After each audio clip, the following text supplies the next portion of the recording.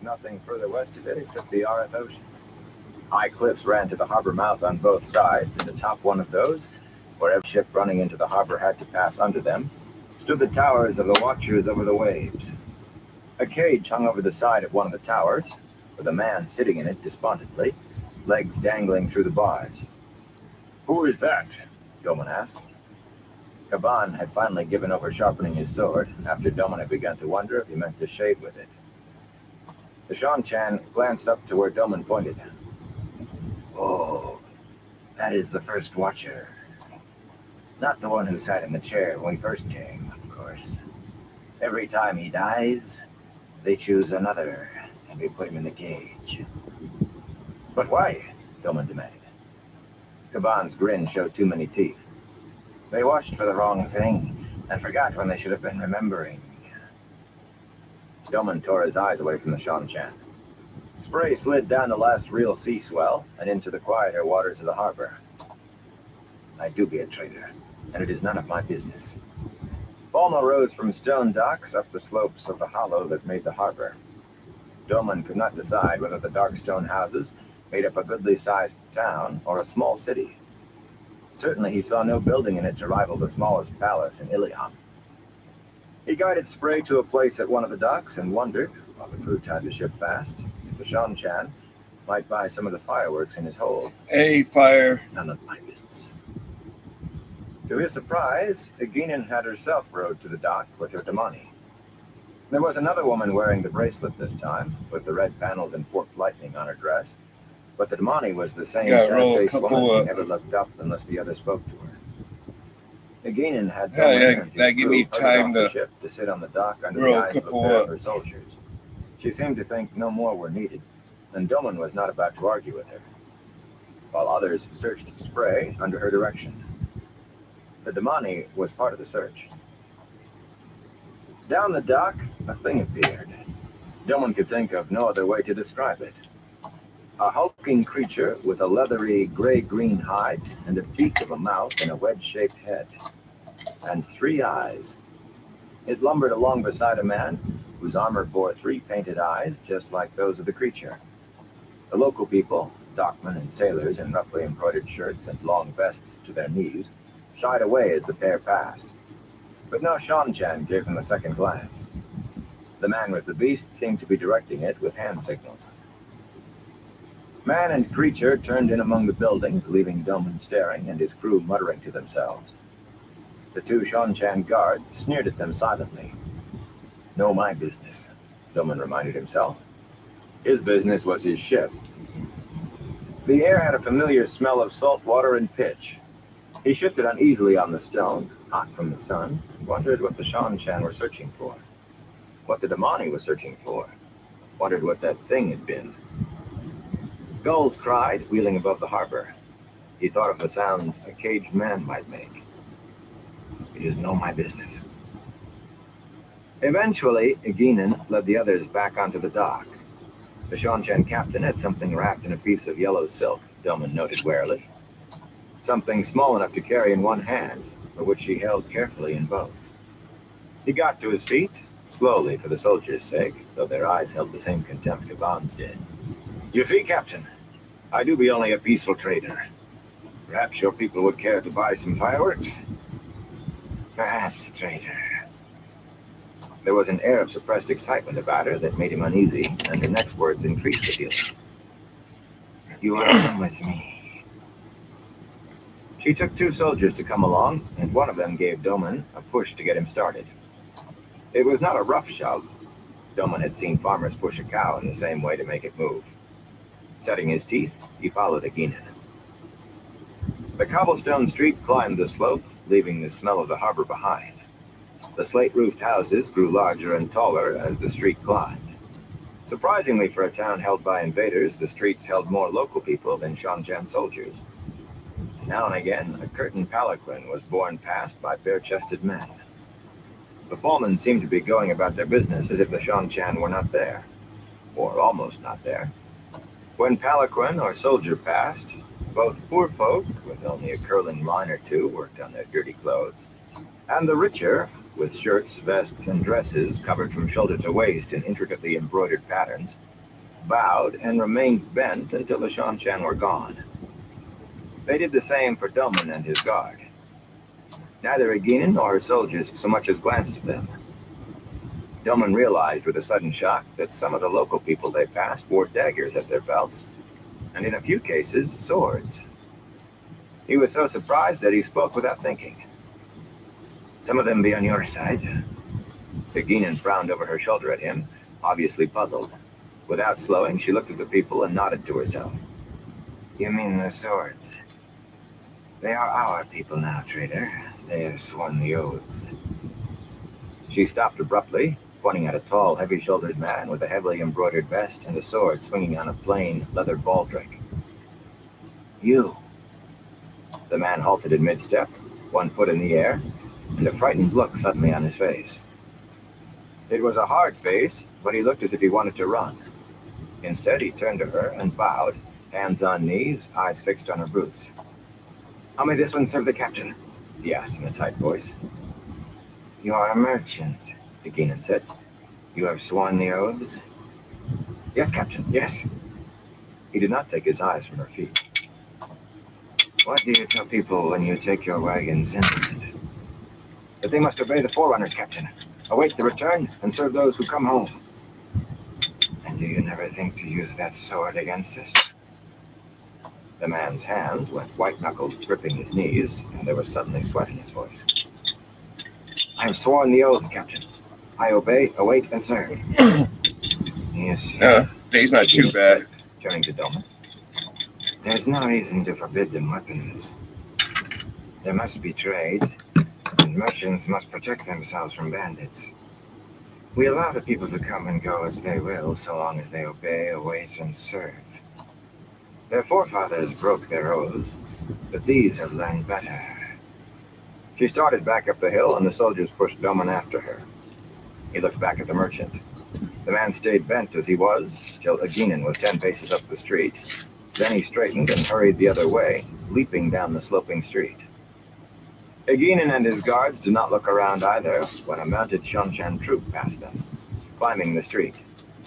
The soldiers rode creatures that looked almost like cats the size of horses, but with lizards' scales rippling bronze beneath their saddles. Clawed feet grasped the cobblestone. I can't complain too much on the day. A three-eyed head turned to regard Doman as the troop climbed by. Aside from everything else, it seemed too knowing for Doman's peace of mind. He stumbled and almost fell. All along the street, the fallmen were pressing themselves back against the fronts of the buildings, some closing their eyes. The Shanshan paid them no heed. Doman understood why the Shanshan could allow the people as much freedom as they did. He wondered if he would have had enough nerve to resist. Damani, monsters. He wondered if there was anything to stop the Shanshan from marching all the way to the spine of the world. No, my business, he reminded himself roughly, and considered whether there was any way to avoid the Shanshan in his future trading. They reached the top of the incline where the town gave way to hills. There was no town wall. Ahead were the inns that served merchants who traded inland, and wagon yards and stables. Here the houses would have made respectable manners for the minor lords in Ilion. The largest of them had an honor guard of Shanshan soldiers out front, and a blue-edged banner bearing a golden, spread-winged hawk rippling from it. Aginin surrendered her sword and dagger before taking Doman inside. Hopefully, the two soldiers remained in the street. Hopefully it's an easy fix. He smelled a lord in this. It was never good to do business with a lord on the lord's own ground. In the front hall, Aginin left Doman at the door and spoke to a servant, a local man, judging by the full sleeves of his shirt and the spirals embroidered across his chest. Doman believed he caught the words, High Lord. The servant hurried away, returning finally to lead them to what was surely the largest room in the house. Every stick of furniture had been cleared out of it, even the rugs, and the stone floor was polished to a bright gleam. Folding screens, painted with strange birds, hid walls and windows. Aginin stopped just inside the room. When Doman tried to ask where they were and why, she silenced him with a savage glare and a wordless growl. She did not move, but she seemed on the point of bouncing on her toes. She held whatever it was she had taken from his ship as if it were precious. He tried to imagine what it could be. Suddenly, a gong sounded softly, and the Shanshan woman dropped to her knees, setting the silk-wrapped something carefully beside her. At a look from her, Delman got down as well. Lords had strange ways, and he suspected Shanshan lords might have stranger ones than he knew. Two men appeared in the doorway at the far end of the room. One had the left side of his scalp shaved, his remaining pale golden hair braided and hanging down over his ear to his shoulder. His deep yellow robe was just long enough to let the toes of yellow slippers peek out when he walked. The other wore a blue silk robe, brocaded with birds, long enough to trail nearly a span on the floor behind him. His head was shaved bald, and his fingernails were at least an inch long, those on the first two fingers of each hand lacquered blue. Doman's mouth dropped open. "You are in the presence of the High Lord Truach," the yellow-haired man intoned, "who leads those who come before and succors the return." Eginin prostrated herself with her hands at her sides. Doman imitated her with alacrity. Even the High Lords of Tyr would not demand this, he thought. Out of the corner of his eye, he saw Eginin kissing the floor. With a grimace, he decided there was a limit to imitation. "They can no see whether I do or no anyway." Eginin suddenly stood. He started to rise as well and made it as far as one knee before a growl in her throat and a scandalized look on the face of the man with the braid put him back down, face to the floor and muttering under his breath. "I would not do this for the King of Ilion and the Council of Nine together." "Your name is Eginin?" It had to be the voice of the man in the blue robe. His slurring speech had a rhythm almost like singing. "I was so named on my sword day, High Lord," she replied humbly. "This is a fine specimen, Eginin. Quite rare. Do you wish a payment?" "That the High Lord is pleased is payment enough. I live to serve, High Lord." Got "I will one rolled mention your up, gotta name to roll the one Empress, more, Eginin. and then we do After the some return, new names will be called dab with blood. hits from the dab Show pen. yourself fit, and you may shed the name Eginin for a hire. The High Lord honors me. Yes, you may leave." Delman could see nothing but her boots backing out of the room, pausing at intervals for bows. The door closed behind her. There was a long silence. He was watching sweat from his forehead drip onto the floor when Truach spoke again. "You may rise, traitor." Delman got to his feet and saw what Truach held in his long-nailed fingers. The Quendiar disc shaped into the ancient seal of the Aes Sedai.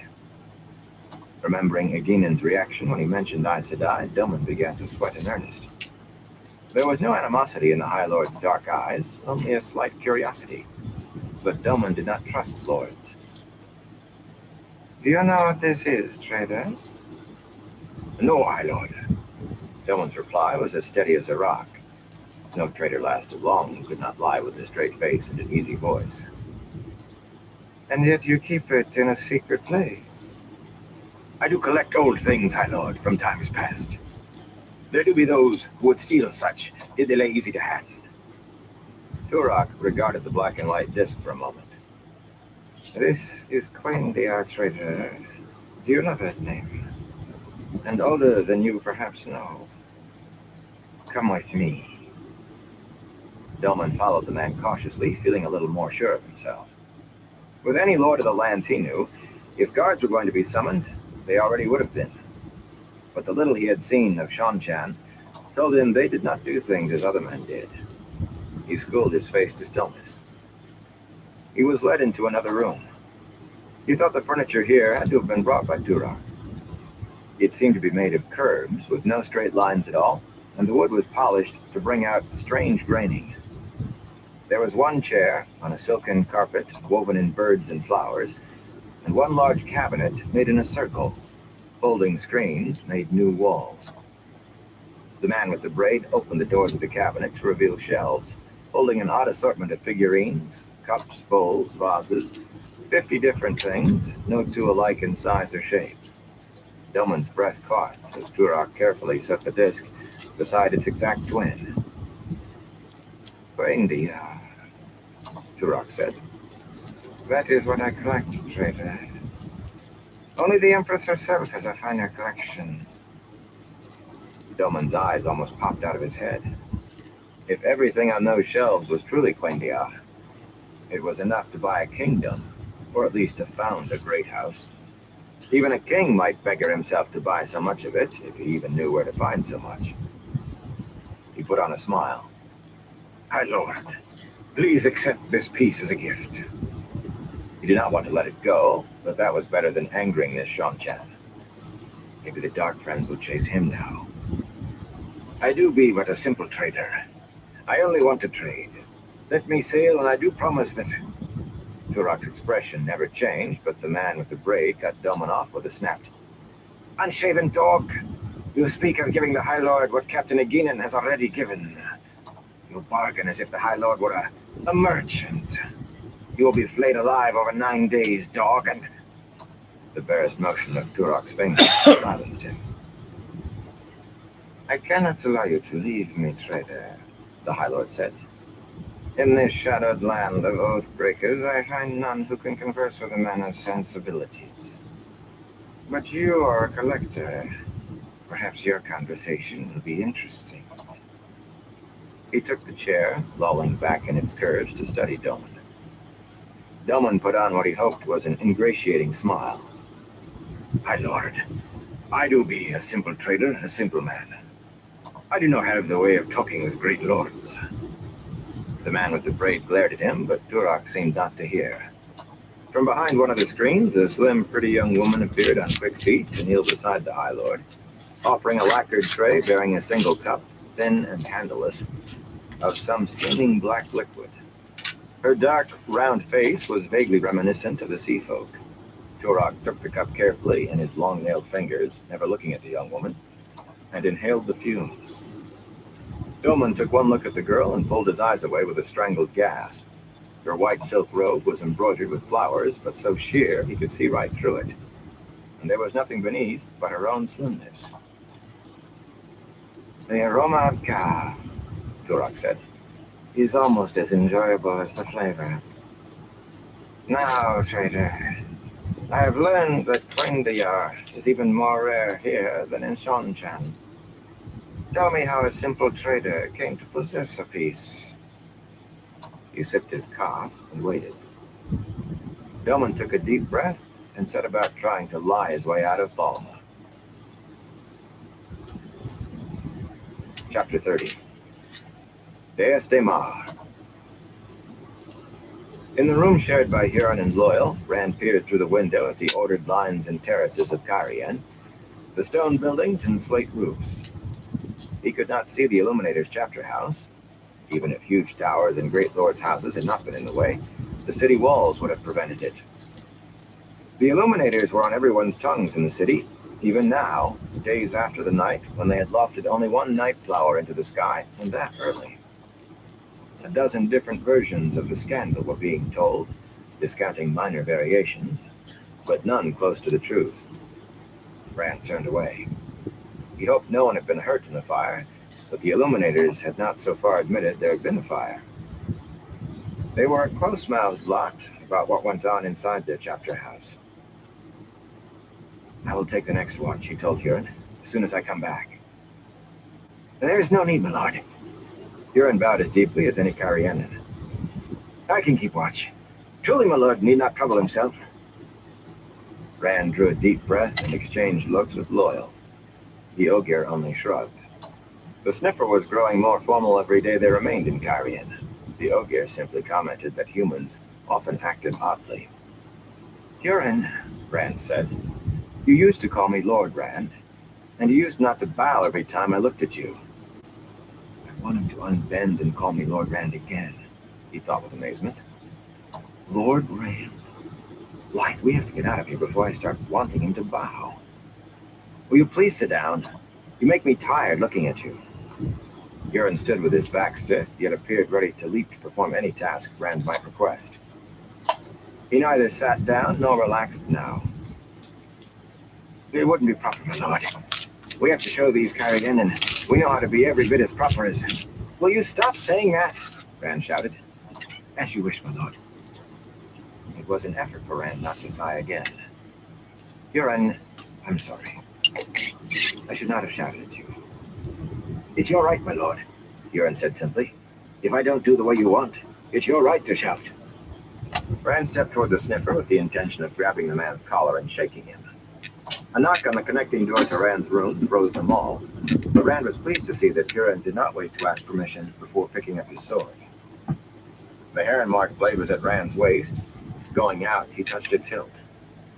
He waited for Loyal to seat himself on his long bed, arranging his legs and the tails of his coat to further obscure the blanket-covered chest under the bed, then yanked open the door. The innkeeper stood there, rocking with eagerness, pushing his tray at Rand. 2 sealed parchments lay on the tray. Forgive me, my lord, Loyal said breathlessly. I could not wait until you came down, and then you went off in your own room, and forgive me, but... He jiggled the tray. Rand snatched the invitations, there had been so many, without looking at them, took the innkeeper's arm and turned him toward the door to the hall. Thank you, Master Quayle, for taking the trouble. If you'll leave us alone now, please. But my lord, Quayle protested, these are from... Thank you. Rand pushed the man into the hall and pulled the door shut firmly. You rolled up. He tossed the parchments onto the table. He hasn't done that before. Loyal, do you think he was listening at the door before he knocked? You are starting to think like these Kyrianen. The Ogier laughed, but his ears twitched thoughtfully, and he added, Still, he is Kyrianen, so he may well have been. I don't think we said anything he should not have heard. Rand tried to remember. None of them had mentioned the Horn of Valir or Trollocs or Dark Friends. When he found himself wondering what Quayle could make of what they actually had said, he gave himself a shake. This place is getting to you too, he muttered to himself. My lord? Buren had picked up the sealed parchments and was gazing wide-eyed at the seals. My lord, these are from Lord Barthanes, High Priest of House Damagrid, and from... His voice dropped with awe. The king. Rand waved them away. They still go in the fire like the rest, unopened.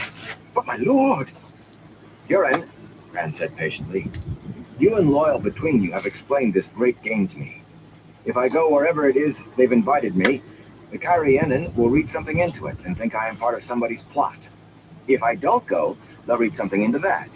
If I send back an answer, they will dig for meaning in it, and the same if I don't answer. And since half of Kyrian apparently spies on the other half, everybody knows what I do. I burned the first 2, and I will burn these just like all the others. One day there had been 12 in the pile he tossed in the common room fireplace, seals unbroken. Whatever they make of it, at least it's the same for everybody. I am not for anyone in Kyrian, and I am not against anyone. I have tried to tell you, Loyal said. I don't think it works that way. Whatever you do, Kyrianen will see some sort of plot in it. At least, that is what Elder Haman always said. Buren held the sealed invitations out to Rand as if offering gold. My lord, this one bears the personal seal of Goldrian. His personal seal, my lord. And this one, the personal seal of Lord Barthanes, who is next to the king himself in power. My lord, burn these and you make enemies as powerful as you can find. Burning them's worked so far because the other houses are all waiting to see what you're up to, and thinking you must have powerful allies to risk insulting them. But Lord Barthanes and the king, insult them, and they'll act for sure. Rand scrubbed his hands through his hair. What if I refuse them both? It won't work, my lord. Every last house has sent you an invitation now. If you decline these, well, for sure at least one of the other houses will figure, if you're not allied with the king or Lord Barthanes, then they can answer your insult of burning their invitation. My lord, I hear the houses of Kyrian use killers now. A knife from the street, an arrow from a rooftop, poison slipped in your wine. You could accept both, Loyal suggested. I know you don't want to, Rand, but it might even be fun. An evening at a lord's manor, or even at the royal palace. Rand, the Shienarans believed in you. Rand grimaced. He knew it had been chance that the Shienarans thought he was a lord, a chance likeness of names, a rumor among the servants, and Moraine and the Amerlin stirring it all. But Selene had believed it too. Maybe she'll be at one of these. Buren was shaking his head violently, though. Builder, you don't know Deus de Mar as well as you think you do. Not the way they play it in Carleon. Not now. With most houses, it wouldn't matter. Even when they're plotting against each other to the knife, they act like they aren't. Out where everybody can see. But not these two. House Domadred held the throne until Lehman lost it, and they want it back. The king would crush them if they weren't nearly as powerful as he is. You can't find bitterer rivals than House Rioton and House Domadred. If my lord accepts both houses will know it as soon as he sends his answers. And they'll both think he's part of some plot by the other against them. They'll use the knife and the poison as quick as look at you. And I suppose, Rand growled, if I only accept one, the other will think I'm allied with that house. Buren nodded. And they will probably try to kill me to stop whatever I'm involved in. Buren nodded again. Then do you have any suggestion as to how I avoid any of them wanting to see me dead? Buren shook his head. I wish I'd never burned those first two. Yes, my lord. But it wouldn't have made much difference, I'm guessing. Whoever you accepted or rejected, these Carrienan would see something in it. Rand held out his hand, and Huron laid the two folded parchments in it. The one was sealed, not with the tree and crown of House Domadred, but with Barthanas's charging boar. The other bore Galdrian's stag. Personal seals.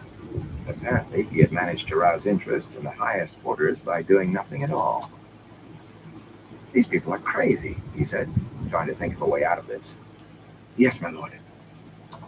I will let them see me in the common room with these, he said slowly. Whatever was seen in the common room at midday was known in 10 houses before nightfall, and in all of them by daybreak next. I won't break the seals. That way they will know I have not answered either one yet. As long as they are waiting to see which way I jump, maybe I can earn a few more days. Ingtar has to come soon. He has to. Now that is thinking like a Carrienan, my lord, Huron said, grinning. Rand gave him a sour look and stuffed the parchments into his pocket on top of Celine's letters. Let's go, Loyal. Maybe Ingtar has arrived. When he and Loyal reached the common room, no man and woman in it looked at Rand. Quayle was polishing a silver tray as if his life depended on its gleam. The serving girls hurried between the tables as if Rand and the Ogier did not exist. Every last person at the tables stared into his or her mug as if the secrets of power lay in wine or ale. Not one of them said a word. After a moment, he pulled the two invitations from his pocket and studied the seals, then stuck them back. Quayle gave a little jump as Rand started for the door. Before it closed behind him, he heard conversation spring up again. Rand strode down the street so fast that Loyal did not have to shorten his stride to stay beside him. We have to find a way out of the city, Loyal. This trick with the invitations can't work more than 2 or 3 days. If Ingtar doesn't come by then, we must leave anyway. Try to warm it up. Loyal said. But how? Loyal began ticking off points on his thick fingers. Bane is out there, or there would not have been Trollocs in the foregate. If we ride out, they will be on us as soon as we are out of sight of the city. If it's out with a merchant train, they'll certainly attack. No merchant would have more than 500 yards. As soon as they saw a Trolloc. If only we knew how many Trollocs Bane has and how many dark friends. You have cut his numbers down. He did not mention the Trolloc he had killed, but from his frown, his long eyebrows hanging down onto his cheeks, he was thinking of it. It doesn't matter how many he has, Rand said. 10 are as bad as 100. If 10 Trollocs attacked us, I don't think we'd get away again. He avoided thinking of the way he might, just might, deal with 10. It did not work when he tried after all. I do not think we could either. I don't think we have money to take that far. But even so, if we tried to reach the Foregate docks, Bane must have dark friends watching. If he thought we were taking ship, I don't believe he would care who saw the Trollocs. Even if we fought 3 of them somehow, we would have to explain ourselves to the guards. And they would certainly not believe we cannot open this chest, so we're not letting any Carrienan see that chest, Loyal. The Ogier nodded. And the city guards are no good either. The city docks were reserved for grain barges and the pleasure craft of the lords and ladies. No one came to them without permission. One could look down on them from the wall, but it was a drop that would break even Loyal's neck. Loyal wiggled his thumb as if trying to think of a point for that, too. I suppose it is too bad we cannot reach Steading so quick. Frolics would never come into a Steading, but I don't suppose they would let us get that far without attacking. Rand did not. They had reached the big bar just inside the gate by which they had first entered Cairo. Outside, the gate teemed and milled, and the pair kept watching. Rand thought of a man dressed in what had once been hard clothes, ducked back into the crowd at the sight of him, but he could not be sure. There were too many people in clothes from too many lands, all of them hurrying. He went up the steps into the house, asked him guards on either side of the door. The large anteroom had large wooden people with business there, mainly folk waiting with a humble patience, wearing the plain dark garments that marked the poorer commoners. There were a few four-gators among them, picked out by shabbiness and bright colors, without hoping for permission to sit inside the walls. Rand went straight to the long table in the back of the room. There was only one man seated behind him, a soldier, with one green bar across his coat. A plump fellow whose skin looked too tight, he adjusted documents on the That's the way table to and keep shifted the one. position of his envelope twice before looking up at Rand and Loyal with a false smile. How may I help you, my lord? The same way I helped you yesterday, Rand said with more confidence. The day before that. Has Lord Ingtar come? Lord Ingtar, my lord. Rand took a deep breath and let it out slowly. Lord Ingtar of House Shinowa from Shinar. The same man I have asked after every day I've come here. No one of that name has entered the city, my lord. Are you sure? Don't you need to look at your list, please? The lists of foreigners who have come to Cairo are exchanged among the guardhouses at sunrise and at sunset, and I examine them as soon as they come before me. No Shinaran lord has entered Cairo in some time. And the Lady Celine. Before you ask again, I do not know her house, but I've given you her name, and I have described her to you 3 times. Isn't that enough? The man spread his hands. I am sorry, my lord. Not knowing your house makes it very difficult. He had a bland look on his face. Rand wondered whether he would tell. The movement at one of the doors behind the desk caught Rand's eye. A man starting to step into the anteroom, then turning away hurriedly. Captain Calderwin can help me, Rand told the clerk. Captain Calderwin, my lord? I just saw him behind you. I am sorry, my lord. If there was a Captain Calderwin in the guardhouse, I would know. Rand stared at him until Loyal touched his shoulder. Rand, I think we might as well go. Thank you for your help, Rand said in a tight voice. I will return tomorrow. It is my pleasure to do what I may, the man said with his false smile. Rand stalked out of the guardhouse so fast that Loyal had to hurry to catch him up. He was lying, you know, Loyal. He did not slow down, but rather hurried along as if he could burn away some of his frustration through physical exertion. Calderwin was there. He could be lying about all of it. Ingtar could already be here, looking for us. I'll bet he knows who Celine is, too. Perhaps, Rand. Deus Damar. Light. I'm tired of hearing about the great game. I don't want to play it. I don't want to be any part of it. Loyal walked aside. I know, Rand said at last. They think I'm a lord, and in Kyrian, even outland lords are part of the game. I wish I'd never put on this coat. Maureen, he thought bitterly. She's still causing me trouble. Almost immediately, though, if reluctantly, he admitted that she could hardly be blamed for this. There had always been some reason to pretend to be what he was not. First keeping Huron's spirits up, and then trying to impress Celine. After Celine, there had not seemed to be any way out of it. His steps slowed until he came to a halt. When Moraine let me go, I thought things would be simple again. Even chasing after the horn, even with everything, I thought it would be simple. Even with Saidin inside your head. Light. what I wouldn't give to have everything be simple again. Tavira, Boyle began. I do not want to hear about that either. Rand started off again as fast as before. All I want is to give the dagger to Matt and the horn to Ingtar. Then what? Go mad. Die. If I die before I go mad, at least I won't hurt But anybody that else. one's getting a little But I don't low. want to die either. Rand can talk about sheathing the sword, but I'm a shepherd, not a warder. I can just not touch it. Maybe I can... Owen almost made it. I didn't hear that. There was nothing. I wish Ingtar would get here. And Matt and Perrin. They walked along in silence for a time, with Rand lost in thought. Tom's nephew had lasted only 3 years by channeling only when he thought he had to. If Owen had managed to limit how often he channeled, it must be possible to not channel at all, no matter how seductive Saidin was. Rand, Boyle said. there's a fire up ahead. Rand got rid of his unwelcome thoughts and looked off into the city, frowning.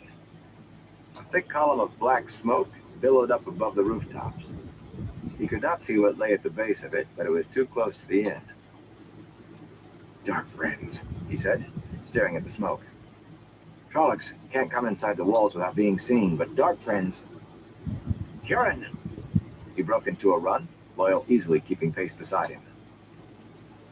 The closer they came, the more certain it was, until they rounded the last stone-terraced corner. There was the defender of the dragon wall, smoke pouring out of its upper windows and flames breaking through the roof. A crowd had gathered in front of the inn. Quayle, shouting and jumping about, was directing men carrying furnishings out into the street. A double line of men passed inside, buckets filled with water from a well down the street, and empty buckets back out. Most of the people only stood and watched. A new gout of flame burst through the slate roof, and there was a loud "ah." Rand pushed through the crowd to the innkeeper. Where is Huron? Careful with that table, Quayle shouted. Do not scrape it. He looked at Rand and blinked. His face was smudged with smoke. My lord? Who? Your manservant. I do not remember seeing him, my lord. No doubt he went out. Do not drop those candlesticks, fool! They are silver! Quayle danced off to harangue the men, lugging his belongings out of the inn. Kieran wouldn't have gone out. Loyal said. He would not have left the... He looked around and left it unsaid. Some of the onlookers seemed to find an ogier as interesting as the fire. I know, Rand said, and plunged into the inn. The common room hardly seemed as if the building were on fire. The double line of men stretched up the stairs, passing their buckets, and others scrambled to carry out what furniture was left. But there was no more smoke down here than if something had been burning the kitchen. As Rand pressed upstairs, it began to thicken. Coughing, he ran up the steps. The lines stopped short of the second landing, then halfway up the stairs, hurling their water up into a smoke-filled hallway. Flames licking up the walls flickered red through the black smoke. One of the men grabbed Rand's arm. You can't go so hard. It is all lost about here. Ogier, speak to him. It was the first Rand realized that Loyal had followed him. Go back, Loyal. I'll bring him out. You cannot carry Huron on the chest both, Rand. The Ogier shrugged. Besides, I won't leave my books to burn. Then keep low, under the smoke. Rand dropped to his hands and knees on the stairs and scrambled up the rest of the way. Oh, yeah. There was cleaner air down I'm near about the to do floor. another dab with some, Still smoky enough to make him cough. well, I but did he some could wedding breathe it. cake early, just a second ago. Yet Let's even do the some air key seemed lime blistering pie. hot. He could not get enough of it through his nose. He breathed through his mouth and felt his tongue drying. Some of the water the men threw landed on him, soaking him to the skin. The coolness was only a momentary relief. The heat came right back. He crawled on determinedly, aware of Loyal behind him, only from the Ogier's coughing. One wall of the hallway was almost solid flame, and the floor near it had already begun to add thin tendrils to the cloud that hung over his head. He was glad he could not see what lay above the smoke. Ominous crackling told enough. The door to Huron's room had not caught yet, but it was hot enough that he had to try twice before he could manage to push it open. The first thing to meet his eye was Huron sprawled on the floor. Rand crawled to the sniffer and lifted him up. There was a lump on the side of his head the size of a plum. Huron opened unfocused eyes. Lord Rand, he murmured faintly. Knock at the door. His eyes rolled back and Rand felt for a heartbeat and gagged with relief when he found it. Rand! He was beside his bed, with the covers thrown up to reveal the bare boards underneath. The chest was gone. Above the smoke, the ceiling creaked, and flaming pieces of wood fell to the floor. Rand said, "Get your books. I will take Huron. Hurry!" He started to drape the limp sniffer over his shoulders as Loyal took Huron from him. The books will have to burn, Rand. You can't carry him and crawl. If you stand up, you'll never reach the stairs. The Ogier pulled Huron up onto his broad back, arms and legs hanging to either side. The ceiling gave a loud crack. We must hurry, Rand. Go, and I'll follow. The Ogier crawled into the hall with his burden, and Rand started after him. Then he stopped, staring back at the connecting door to his room. The banner was still in there, the banner of the dragon. Let it burn, he thought. And an answering thought came as if he had heard Moraine say it. Your life may depend on it. She's still trying to use me. Your life may depend on it. Aes Sedai never lie. With a groan, he rolled across the floor and kicked open the door to his room. The other room was a mass of flame. The bed was a bonfire. Red runners already crossed the floor. There would be no crawling across that. Getting to his feet, he ran crouching into the room, flinching from the heat, coughing, choking. Steam rose from his damp coat. One side of the wardrobe was already burning. He snatched open the door. His saddlebags lay inside, still protected from the fire, one side bulging with the banner of Luce there and Telamon, the wooden flute case beside them. For an instant he hesitated. I could still let it burn. The ceiling above him groaned. He grabbed saddlebags and flute case and threw himself back through the door, landing on his knees as burning timbers crashed where he had stood. Dragging his burden, he crawled into the hall. The floor shook with more falling beams. The men with the buckets were gone when he reached the stairs. He all but slid down the steps to the next landing, scrambled to his feet, and ran through the now empty building into the street. The onlookers stared at him with his face blackened and his coat covered with smut. But he staggered to where Loyal had propped Huron against the wall of a house across the street. A woman from the crowd was wiping Huron's face with a cloth, but his eyes were still closed, and his breath came in heaves. Is there a wisdom nearby? Rand demanded. He needs help. The woman looked at him blankly, and he tried to remember the other names he had heard people call the women who would be wisdoms in the Two Rivers. A wise woman. A woman you call mother somebody. A woman who knows herbs and healing. I am a reader, if that is what you mean, the woman said. But all I know to do for this one is to make him comfortable. Something is broken inside his head, I fear. Rand, it is you! Rand stared. It was Matt, leading his horse through the crowd, with his bow strung across his back. His face was pale and drawn, but still Matt, and grinning, if weakly. And behind him came Perrin, his yellow eyes shining in the fire and earning as many looks as the blaze. And Ingtar, dismounting in a high-collared coat instead of armor, but still with his sword sticking up over his shoulder. Start round one up. Rand felt a shiver run through him. It's too late, he told him. You came too late. And he sat down in the street and began to laugh. Chapter 31. On the Scent. Rand did not know Varen was there until the Aes Sedai took his face in her hands.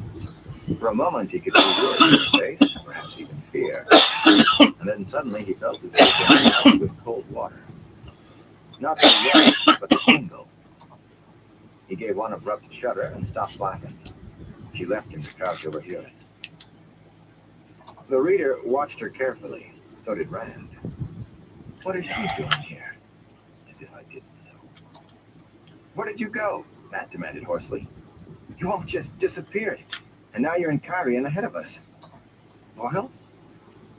The Ogier shrugged uncertainly and eyed the crowd, his ears twitching. Half the people had turned from the fire to watch the newcomers. A few edged closer, trying to listen. Rand let Perrin give him a hand up. How did you find the inn? He glanced at Perrin, kneeling with her hands on the sniffer's head. Her? In a way, Baron said. The guards at the gate wanted our names, and the fellow coming out of the guardhouse gave a jump when he heard Ingtar's name. He said he didn't know it, but he had a smile that shouted lie a mile off. I think I know the man you mean, Rand said. He smiles that way all the time. Baron showed him a ring, Rand put in, and whispered in his ear. He looked and sounded sick, his cheeks flushed and tight, but he managed to grin. Rand had never noticed his cheekbones before. I couldn't hear what she said, but I didn't know whether his eyes were going to pop out of his head, or he was going to swallow his tongue first. All of a sudden, he couldn't do enough for us. He told us you were waiting for us, and right where you were staying. Offered to guide us himself, but he really looked relieved when Baron told him no. He snorted. Lord Rand of House Althor. It's too long a story to explain now, Rand said. Where are Uno and the rest? We will need them. In the foregate. Matt frowned at him, and he went on slowly. Uno said they'd rather stay there than inside the walls. From what I can see, I'd rather be with them. Rand, why will we need Uno? Have you found them? It was the moment Rand realized suddenly he had been avoiding. He took a deep breath and looked his friend in the eye. Matt, I had the dagger and I lost it. The Dark Friends took it back. He heard gasps from Carriennen listening, but he did not care. They could play their great game if they wanted, but Ingtar had come, and he was finished with it at last. They can't have gone far, though. Ingtar had been silent, but now he stepped forward and gripped Rand's arm. You had it, and the... He looked around at the onlookers. The other thing? They took that too, Rand said quietly. Ingtar pounded a fist into his palm and turned away. Some of the Carriennen backed off from the look on his face. Matt chewed his lip, then shook his head. I didn't know it was found, so it isn't as if I had lost it again. It is just still lost. It was plain he was speaking of the dagger, not the Horn of Valir. We'll find it again. We have 2 sniffers now. Perrin is one too. He followed the trail all the way to the foregate, after you vanished with Huron and Loyal. I thought you might have just run off. Well, you know what I mean. Where did you go? I still don't understand how you got so far ahead of us. That fellow said you've been here days. Rand glanced at Perrin. He's a sniffer. And found Perrin studying him in return. He thought Perrin muttered something. Shadow killing? I must have heard him wrong. Perrin's yellow gaze held him for a moment, seeming to hold secrets about him. Telling himself he was having fancies. I'm not mad, not yet. He pulled his eyes away. Perrin was just helping a still shaky Huron to his feet. I feel right as goose feathers, he was saying. Still a little tired, but... He let the words trail off, seeming to see it for the first time, to realize what had happened for the first time. The tiredness will last a few hours, she told him. The body must strain to heal itself quickly. The Carriennen reader rose. I sit down, she said softly. Varen inclined her head, and the reader made a full curtsy. As quiet as they had been, the words Aes Sedai ran through the crowd in tones ranging from awe to fear to outrage. Everyone was watching now.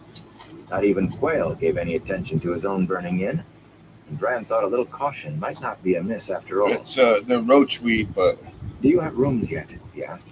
We need to talk, and we can't do it here. A good idea, Varen said. I have stayed here before at the Great Tree. We will go there. Loyal went to fetch the horses. The inn roof had now fallen in completely, but the stables had not been touched. And soon they were making their way through the streets, all riding except for Loyal, who claimed he had grown used to walking again. Perrin held the lead line to one of the pack horses they had brought south. Huron, Rand said, how soon can you be ready to follow their trail again? Can you follow it? The men who hit you and started the fire left a trail, didn't they? I can follow it now, my lord. And I could smell them in the street. It won't last long, though. There weren't any Trollocs, and they didn't kill anybody. Just men, my lord. Dark friends, I suppose. But you can't always be sure of that by smell. A day, maybe, before it fades. I don't think they can open the chest either, Rand, Boyle said. or they would have just taken the horn. It would be much easier to take that, if they could, rather than the whole chest. Rand nodded. They must have put it in a cart or on a horse. Once they get it beyond the foregate, they'll join the Trollocs again for sure. You'll be able to follow that trail, Huron. I will, my lord. Then you must rest until you're fit, Rand told him. The sniffer looked steadier, but he rode slumped, and his face was weary. At best, there will only be a few hours ahead of us. If we ride hard... Suddenly he noticed that the others were looking at him. Baron and Ingtar, Matt and Baron. He realized what he'd been doing, and his face colored. I am sorry, Ingtar. It's just that I've become used to being in charge, I suppose. I'm not trying to take your place. Ingtar nodded slowly. Moraine chose well when she made Lord Agelmar name you my second. Perhaps it would have been better if the Amelin seat had given you the charge. The Shinar barked a laugh. At least you have actually managed to touch the horn. After that, they rode again. The great tree could have been twin to the defender of the Dragon Wall, a tall stone cube of a building with a common room paneled in dark wood and decorated with silver, a large polished clock on the mantel over the fireplace. The innkeeper could have been Quayle's sister. Mistress Teirdre had the same slightly plump look and the same unctuous manner, and the same sharp eyes, the same air of listening to what was behind the words you spoke. But Teirdre knew Varen, and her welcoming smile for the Aes Sedai was warm. She never mentioned Aes Sedai aloud, but Rand was sure she knew. Teirdre and a swarm of servants saw to their horses and settled them in their rooms. Rand's room was as fine as the one that had burned, but he was more interested in the big copper bathtub 2 serving men wrestled through the door, and the steaming buckets of water scullery maids brought up from the kitchen. One look in the mirror above the washstand showed him a face that looked as if he had rubbed it with charcoal, and his coat had black smears across the red wool. He stripped off and climbed into the tub, but he thought as much as washed. Varen was there. One of 3 Aes Sedai that he could trust not to try to gentle him themselves, or turn him over to those who would. Or so it seemed, at least. One of 3 who wanted him to believe he was the dragon reborn, to use him as a false dragon. She's Moraine's eyes watching me, Moraine's hand trying to pull my strings. But I have cut the strings. His saddlebags had been brought up, and a bundle from the pack horse containing fresh clothes. He toweled off, and opened the bundle, and sighed. He had forgotten that both the other coats he had were as ornate as the one he had tossed on the back of a chair for a maid to clean. After a moment, he chose the black coat to suit his mood. Silver herons stood on the high collar, and silver rapids ran down his sleeves, water battered to froth against jagged rocks. Transferring things from his old coat to his new, he found the parchments. Absently, he stuffed the invitations in his pocket as he studied Celine's 2 letters. He wondered how he could have been such a fool. She was the beautiful young daughter of a noble house. He was a shepherd, whom Aes Sedai were trying to use, a man doomed to go mad if he did not die first. Yet he could still feel the pull of her just looking at her writing, and could almost smell the perfume of her. I'm a shepherd, he told the letters, not a great man. If I could marry anyone, it would be Egwene, but she wants to be Aes Sedai. And how can I marry any woman, love any woman, when I'll go mad and maybe kill her? Words could not lessen his memory of Celine's beauty, though, or the way she made his blood go warm just by looking at her. It almost seemed to him that she was in the room with him, that he could smell her perfume, so much so that he looked around and laughed to find himself alone. Having fancies like I'm addled already, he muttered. Abruptly, he tipped back the mantle of the lamp on the bedside table, lit it, and thrust the letters into the flame. Outside the inn, the wind picked up to a roar, leaking in through the shutters and fanning the flames to engulf the parchment. Hurriedly, he tossed the burning letters into the cold hearth just before the fire reached his fingers. He waited until the last blackened curl went out before he buckled on his sword and left the room. Varen had taken a private dining room, where shelves along the dark walls held even more silver than those in the kitchen. Matt was juggling 3 boiled eggs and trying to appear nonchalant, Ingtar peered into the unlit fireplace, frowning. Loyal had a few books from Faldara still in his pockets, sitting one beside a lamp. Baron slouched the table, steadying his hands clasped on the tabletop. The room smelled of beeswax used to polish the paneling. It was him, he thought. Rand is the Shadow Killer. Like what's happening to all of us. His hands tightened into fists, large and square. These hands were meant for Smith's hammer, not an axe. He glanced up as Rand entered. Darren thought he looked determined, set on some course of action. The Aes Sedai motioned Rand to a high-backed armchair across from her. How was Huron? Rand asked her, arranging his sword so he could sit. Resting? He insisted on going out, Ingtar answered. I told him to follow the trail only until he smelled Trollocs. We can follow it from there tomorrow. Or do you want to go after them tonight? Ingtar, Rand said uneasily. I really wasn't trying to take command. I just didn't think. Yet not as nervously as he would have once, Darren thought. Shadow Killer. Are all of us changing? Ingtar did not answer, but only kept staring into the fireplace. There are some things that interest me greatly, Rand, Baron said quietly. One is how you vanished from Ingtar's camp without a trace. Another is how you arrived in Kyrian a week before us. That clerk was very clear on that. You would have had to fly. One of Matt's eggs hit the floor and cracked. He did not look at it, though. He was looking at Rand, and Ingtar had turned around. Loyal pretended to be reading still, but he wore a worried look, and his ears were up in hairy points. Baron realized he was staring too.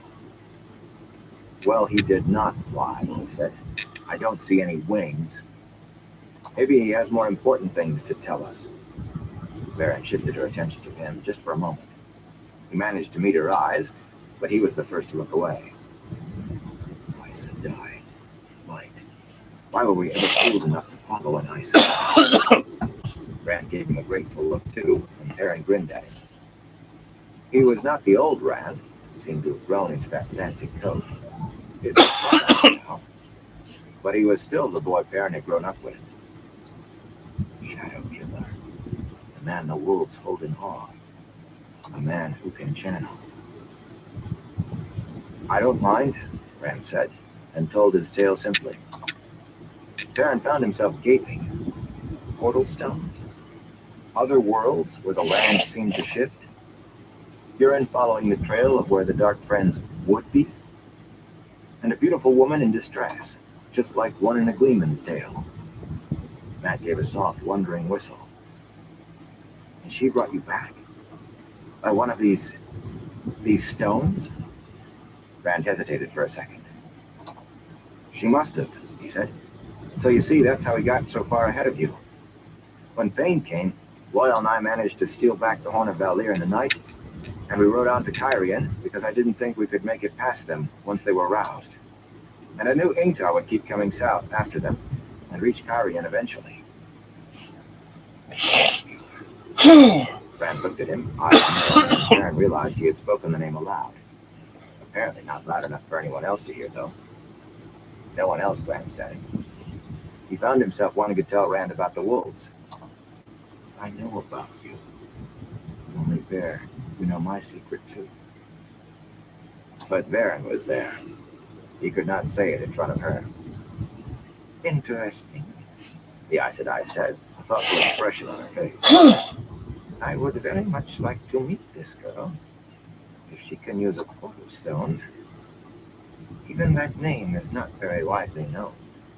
She gave herself a shake. Well, that is for another time. A tall girl should not be difficult to find in Kyrian houses. Ah, here is our meal. Aaron smelled lamb even before Mistress Deirdre led in a procession bearing trays of food. His mouth watered more for that than for the peas and squash, the carrots and cabbage that came with it, or the hot, crusty rolls. He still found vegetables tasty, but sometimes, of late, he dreamed of red meat. Not even cooked, usually. It was disconcerting to find himself thinking that the nicely pink slices of lamb that the innkeeper carved were too well done. He firmly took helpings of everything, and 2 of the lamb. It was a quiet meal with everyone concentrating on his own thoughts. Aaron found it painful to watch Matt eat. Matt's appetite was as healthy as ever, despite the feverish flush to his face. And the way he shoveled food into his mouth made it look like his last Hey, meal before High Life, how you dying. doing? Aaron kept his eyes on his plate as much as possible, and wished they had never left Emmons Field. After the maids cleared the table and left again, Baron insisted they remain together until Huron returned. He may bring word. That will mean we must move at once. Matt returned to his juggling and loyal to his reading. Rand asked the innkeeper if there were any more books, and she brought him the travels of Jay and Farstrider. Aaron liked that one too, with the stories of adventures among the sea folk and journeys to the lands beyond the Aiel Waste, where silk came from. He did not feel like reading, though, so he set up a stones board on the table with Ingtar. The Shinaran played with a Oh, just got slashing home. deering style. Nice. Aaron had always played doggedly, giving ground reluctantly, but he found himself placing the stones with as much recklessness as Ingtar. Most of the games ended in a draw, but he managed to win as many as Ingtar did. The Shinaran was eyeing him with a new respect by early evening, when the sniffer returned. Huron's grin was at the same time triumphant and perplexed. I found them, Lord Ingtar, Lord Rand. I tracked them to their lair. Lair? Ingtar said sharply. You mean they're hiding somewhere close by? Aye, Lord Ingtar. The ones who took the horn, I followed straight there. And there was Trolloc scent all around the place, though sneaking as if they didn't dare be seen even there. And no wonder. The sniffer took a deep breath. It's the great manor Lord Barthanes just finished building. Lord Oh shit, Barthanes, hell yeah. Ingtar exclaimed. But he's...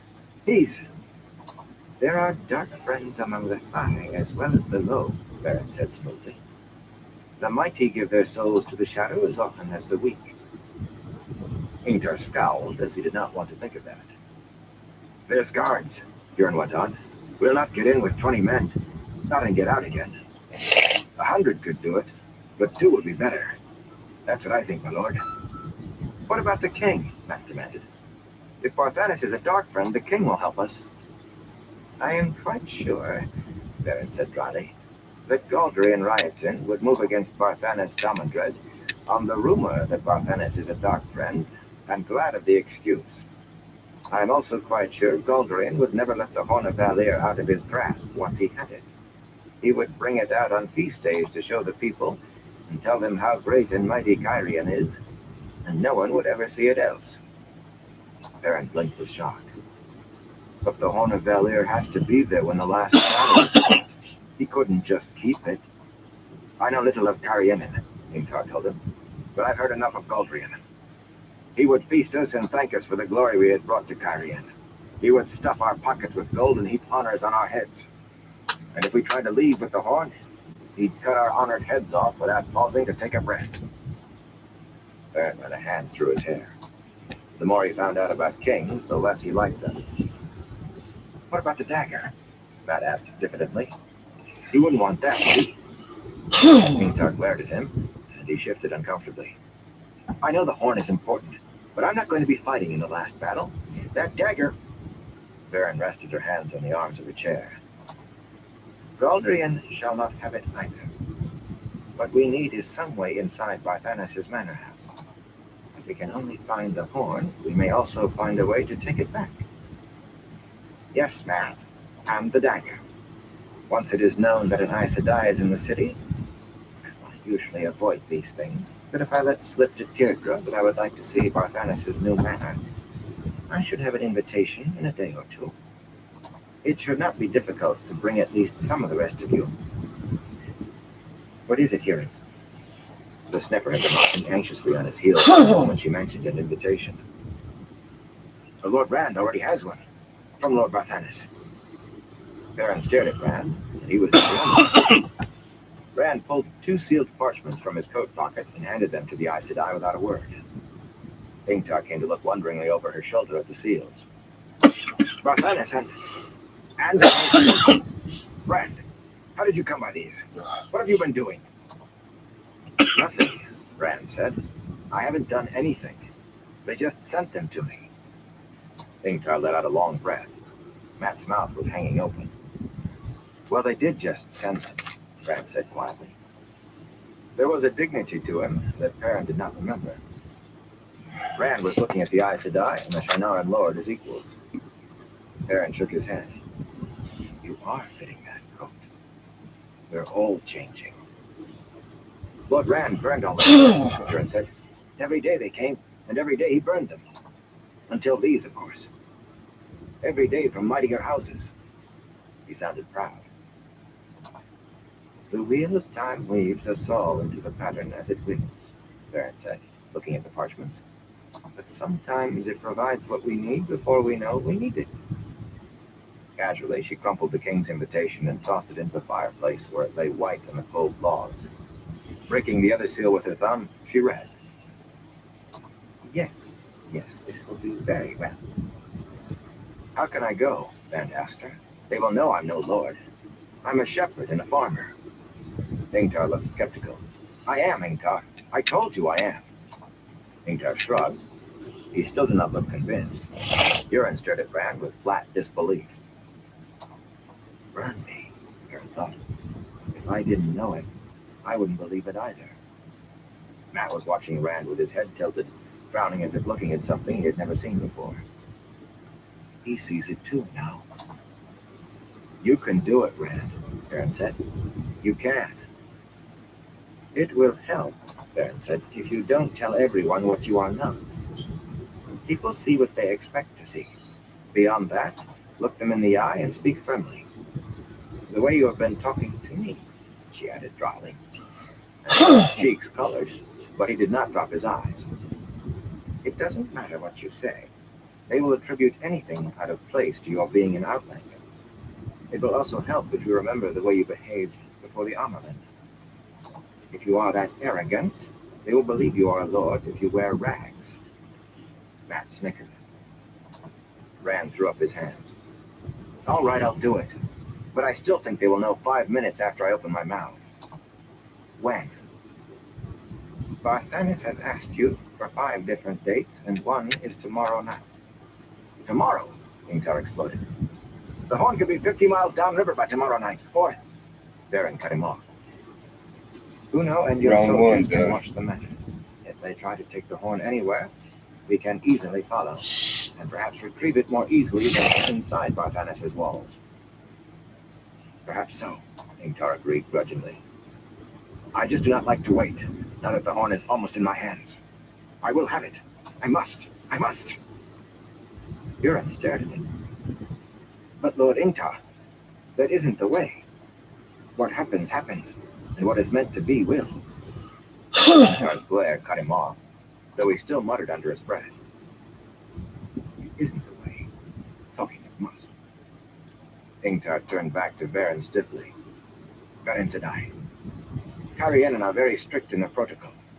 If Rand does not send a reply, Barthanes may be so insulted he will not. Oh yeah, but you got the king size one, so. In our hands. But if Rand does, that'd be a brutal one at Roachweed. Thane at least knows him. We could be warning them to set a trap. We will surprise them. Her brief smile was not pleasant. But I think Barthanes will want to see Rand in any case. Dark friend or not, I doubt he has given up plots against the throne. Rand, he says you took an interest in one of the king's projects, but he didn't say what. What does he mean? I don't know, Rand said slowly. I haven't done anything at all since I arrived. Wait, maybe he means the statue. We came through a village where they were digging up a huge statue. From the Age of Legends, they said. The king means to move it to Carian, though I don't know how he can move something that big. But all I did was ask what it was. We passed it in the day and did not stop to ask questions. Baron let the invitation fall in her lap. Not a wise thing for Galdrian to do, perhaps, unearthing that.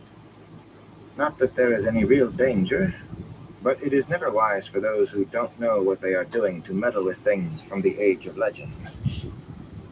What is it? Rand asked. A Sa'angreal. She sounded as if it were really not very important, but Perrin suddenly had the feeling that two of them had entered a private conversation, saying things no one else could hear. One of a pair. I'll The two be right largest back. ever made that we know of. And an odd pair as well. Mm. One still buried on Tremalking can only be used by a woman. This one can only be used by a man.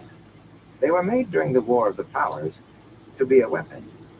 But if there is anything to be thankful for in the end of that age, or the breaking of the world, it is that the end came before they could be used. Together, they might well be powerful enough to break the world again, perhaps even worse than the first breaking. Aaron's hands tightened to knots.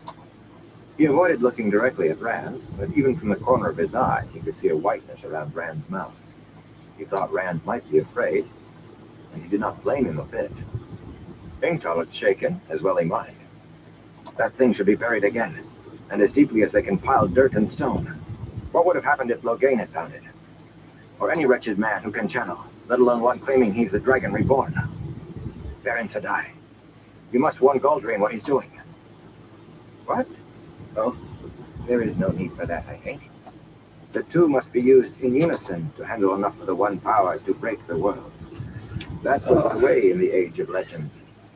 A man and a woman working together were always 10 times as strong as they were apart.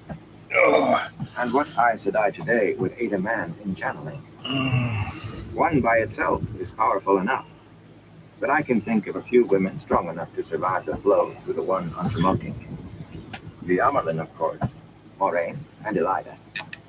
Perhaps one or two others, and 3 still in training. As for Loghain, it would have taken all his strength simply to keep from being burned to a cinder, with nothing left for doing anything. No, Ingtar, I don't think you need worry. At least not until the real Dragon Reborn proclaims himself. And then we will all have enough to worry about as it is. Let us worry now about what we shall do when we are inside Barthanas' manor. She was talking to Rand. Aaron knew it. From the queasy look in Matt's eye, he did too. Even Loyal shifted nervously in his chair. Oh my Rand, Aaron thought. Light, don't let her use you. Rand's hands were pressing the tabletop so hard that his knuckles were white, but his voice was steady. His eyes never left the Aes Sedai. First we have to take the horn and the dagger. And then it is done, Baron. Then it is done. Gotta give a sec Watching before we Baron start round smile, 2. small and mysterious, Aaron felt a chill. He did not think Rand knew half what he thought he did. Not half. Chapter 32. Dangerous Words. Lord Barthanas' manor crouched like a huge toad in the night, covering as much ground as a fortress with all its walls and outbuildings. It was no fortress, though, with tall windows everywhere, and lights, and the sound of music and laughter drifting out. Yet Rand saw guards moving on the tower tops and along the roof walks, and none of the windows were close to the ground. He got down from Red's back and smoothed his coat, adjusted his sword belt. The others dismounted around him, at the foot of broad, white stone stairs leading up to the wide, heavily carved doors of the manor. 10 Shinarans under Uno made an escort. The one-eyed man exchanged small nods with Ingtar before taking his men to join the other escorts, where ale had been provided and a whole ox was roasting on a spit by a big fire. The other 10 Shinarans had been left behind, along with Perrin. Every one of them had to be there for a purpose, Perrin had said, and Perrin had no purpose to serve this night. An escort was necessary for dignity in Carianan eyes, but more than 10 would seem suspicious. Rand was there because he had received the invitation. Ingtar had come to lend the prestige of his title, while Loyal was there because Ogier were sought after in the upper reaches of the Carianan nobility. Huron pretended to be Ingtar's body servant. His true purpose was to sniff out the Dark Friends and Trollocs if he could. The Horn of Valir should not be far from them. Matt, still grumbling about it, was pretending to be Rand's servant, since he could feel the dagger when it was close. If Huron failed, perhaps he could find the Dark Friends. When Rand had asked Varen why she was there, she had only smiled and said, "To keep the rest of you out of trouble." As they mounted the stairs, Matt muttered, "I still don't see why I have to be a servant." He and Huron followed behind the others. "Burn me, if Rand can be a lord, I can put on a fancy coat too." A servant? Baron said without looking back at him, can go many places another man cannot, and many nobles will not even see him. You and Huron have your tasks. Be quiet now, Matt, Ingtar put in, unless you want to give us away. They were approaching the doors, where half a dozen guards stood with the tree and crown of House Damodred on their chests, and an equal number of men in dark green livery with tree and crown on the sleeve. Taking a deep breath, Rand proffered the invitation. I am Lord Rand of House Althor, he said, all in a rush, to get it over with. And these are my guests. Baron Aes Sedai of the Brown Aja, Lord Ingtar of House Shinowa in Shinar, Loyal, son of Arent, son of Holland, from Stedding Shangtai. Loyal had asked that his Stedding be left out of it, but Baron insisted they needed every bit of formality they could offer. The servant who had reached for the invitation with a perfunctory bow gave a little jerk at each additional name. His eyes popped at Baron's. In a strangled voice, he said, Be welcome in House Damodred, my lords. Be welcome, Aes Sedai. Be welcome, friend Ogier. He waved the other servants to open the doors wide, and bowed Rand and the others inside, where he hurriedly passed the invitation to another liveried man and whispered in his ear. This man had the tree and crown large on the chest of his green coat. Aes Sedai, he said, using his long staff to make a bow, almost bending his head to his knees, to each of them in turn. My lords, friend Ogier, I am called. Please to follow me. The outer hall held only servants, but Ashen led them to a great room filled with nobles, with a juggler performing at one end and tumblers at the other. Voices and music coming from elsewhere said these were not the only guests or the only entertainments. The nobles stood in twos and threes and fours, sometimes men and women together, sometimes only one or the other, always with careful space between, so no one could overhear what was said. The guests wore the dark Carrienan colors, each with bright stripes at least halfway down his or her chest, and some at them all the way to their waists. The women had their hair piled high in elaborate towers of curls, every one different, and their dark skirts were so wide they would have had to turn sideways to pass through any doorway narrower than those of the manor. None of the men had the shaved heads of soldiers. They all wore dark velvet hats over long hair, some shaped like bells, others flat. And as with the women, lace ruffles like dark ivory almost hid their hands. Ashen rapped his staff and announced them in a loud voice, Varen first. They drew every eye. Varen wore her brown-fringed shawl embroidered in grapevines. The announcement of an Aes Sedai sent a murmur through the lords and ladies, and made the juggler drop one of his hoops, though no one was watching him any longer. Loyal received almost as many looks, even before Ashen spoke his name. Despite the silver embroidery on collar and sleeves, the otherwise unrelieved black of Rand's coat made him seem almost stark beside the Carrienan, and his and Ingtar's swords drew many glances. None of the lords appeared to be armed. Rand heard the words Heron-marked blade more than once. Some of the glances he was receiving looked like frowns. He suspected they came from men he had insulted by burning their invitations. A slim, handsome man approached. He had long, graying hair and multi-hued stripes across the front of his deep gray coat, from his neck almost to the hem, just above his knees. He was extremely tall for a Carrienan, no more than half a head shorter than Rand, and he had a way of standing that made him seem even taller, with his chin up, so he seemed to be looking down at everyone else. His eyes were black pebbles. He looked warily at Varen, though. Grace honors me with your presence, Aes Sedai. Barthanas Damodred's voice was deep and sure. His gaze swept across the others. I did not expect so distinguished a company. Lord Ingtar, friend Ogier. His bow to each was little more than a nod of the head. Barthanas knew exactly how powerful he was. And you, my young Lord Rand, you excite much comment in the city and in the houses. Perhaps we'll have a chance to talk this night. His tone said that he would not miss it if the chance never came, that he had not been excited to any comment, but his eyes slid a fraction before he caught them. I'll be Loyal. right back. Be welcome. And then we'll He let start himself be drawn round away two. by a handsome woman who laid a beringed hand buried in lace on his arm, but his gaze drifted back to Rand as he walked away.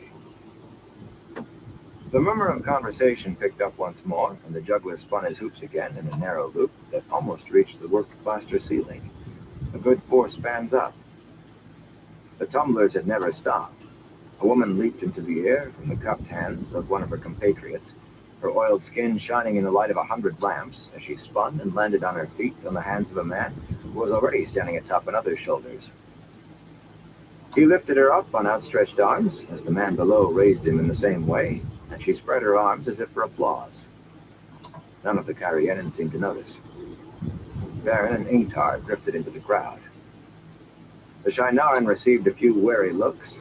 Some looked at the Aes Sedai with wide eyes, others with the worried frowns of those finding a rabid wolf within arm's reach.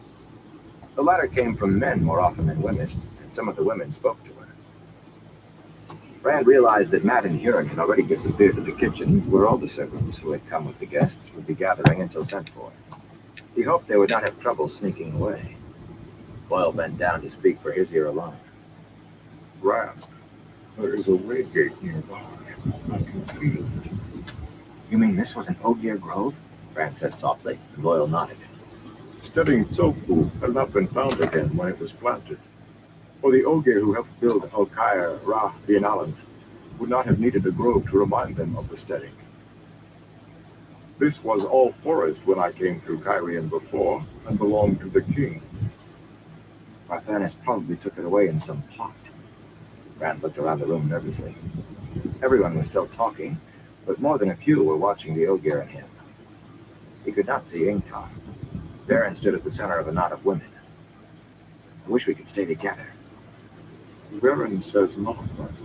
She says it would make them all suspicious and angry, thinking we were holding ourselves aloof. We have to allay suspicion until Matt and Huron find whatever they find. I heard what you said as well as you, Boyle. But I still say, if Barthanes is a dark friend, then he must know why we're here. Going off by ourselves is just asking to be knocked on the head. Varen says he won't do anything until he finds out whether he can make use of us. Just do what she told us, Rand. Aes Sedai know what they are about. Boyle walked into the crowd, gathering a circle of lords and ladies before he had gone 10 steps. Others started toward Rand, now that he was alone, but he turned in the other direction and hurried away. Aes Sedai may know what they're about, but I wish I did. I don't like this. It's light, but I wish I knew if she was telling the truth. Aes Sedai never lie, but the truth you hear may not be the truth you think it is. He kept moving to avoid talking with the nobles. There were many other rooms, all filled with lords and ladies, all with entertainers, 3 different gleemen in their cloaks, more jugglers and tumblers, and musicians playing flutes, bitterns, dulcimers, and lutes, plus 5 different sizes of fiddle, 6 kinds of horn, straight or curved or curled, and 10 sizes of drum from timbre to kettle. He gave some of the horn players a second look, those with curled horns, but the instruments were all plain brass. They wouldn't have the horn of Valir out here, fool, he thought. Not unless Barthanes means to have dead heroes come as part of the entertainment. There was even a bard in silver-worked Tyran boots and a yellow coat, strolling through the rooms, plucking his harp, and sometimes stopping to declaim in high chant. He glared contemptuously at the gleemen, and did not linger in the rooms where they were, but Rand saw little difference between him and them, except for their clothes. Suddenly Barthanes was walking by Rand's side. A liveried servant immediately offered his silver tray with a bow. Barthanes took a blown glass goblet of wine. Walking backwards ahead of them, still bowing, the servant held the tray toward Rand until Rand shook his head, then melted into the crowd. You seem restless, Barthanes said, sipping. I like to walk. Rand wondered how to follow Baron's advice, and remembering what she had said about his visit to the Amelin, he settled into Cat crosses the courtyard. He knew no more arrogant way to walk than that. Barthanes' mouth tightened, and Rand thought perhaps the Lord found it too arrogant. But Baron's advice was all he had to go by, so he did not stop. To take some of the edge off, he said pleasantly, This is a fine party. You have many friends. I've never seen so many entertainers. many friends. Barthanes agreed. You can tell Goldrian how many and who. Some of the names may surprise you. I've never met the king, Lord Barthanus, and I don't expect I ever will. Of course. You just happen to be in that fly-specked village. You were not checking the progress of retrieving that statue. A great undertaking, that. Yes. He had begun thinking of Varen again, wishing she had given him some advice on how to talk with a man who assumed he was lying. He added without blinking, "It's dangerous to meddle with things from the age of legends if you don't know what you are doing." Barthanus peered into his wine, musing as it ran to just said something profound. Are you saying you do not support Goldriness? He asked finally. I told you, I've never met the king. Yes, of course. I did not know Anderman played at the great game so well. We do not see many here in Kyria. Rand took a deep breath to stop from telling the men angrily that he had not played their game. There are many grain barges from Pandor in the river. Merchants and traders.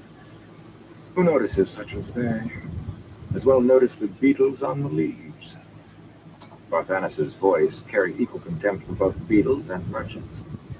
But once again he frowned as if Rand had hinted at something. Not many men travel in company with Aes Sedai. You seem too young to be a warder. I suppose Lord Dingtar is Varen Sedai's warder. We are who we said we are, Rand said and grimaced. Except me. Barthanus was studying Rand's face almost openly. Young.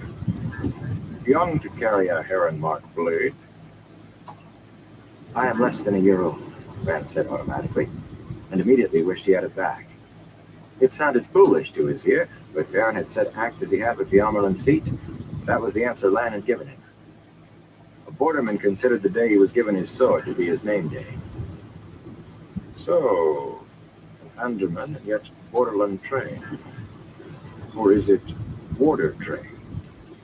Barthanus's eyes narrowed, studying Rand. I understand Morghese has only one son, named Gawain, I have heard. You must be much like him in age. I have met him, Rand said cautiously. Those eyes, that hair. I have heard the Andoran royal line has almost Aiel coloring in their hair and eyes. Rand stumbled, though the floor was smooth marble. I'm not Aiel, Lord Barthanus, and I'm not of the royal line either.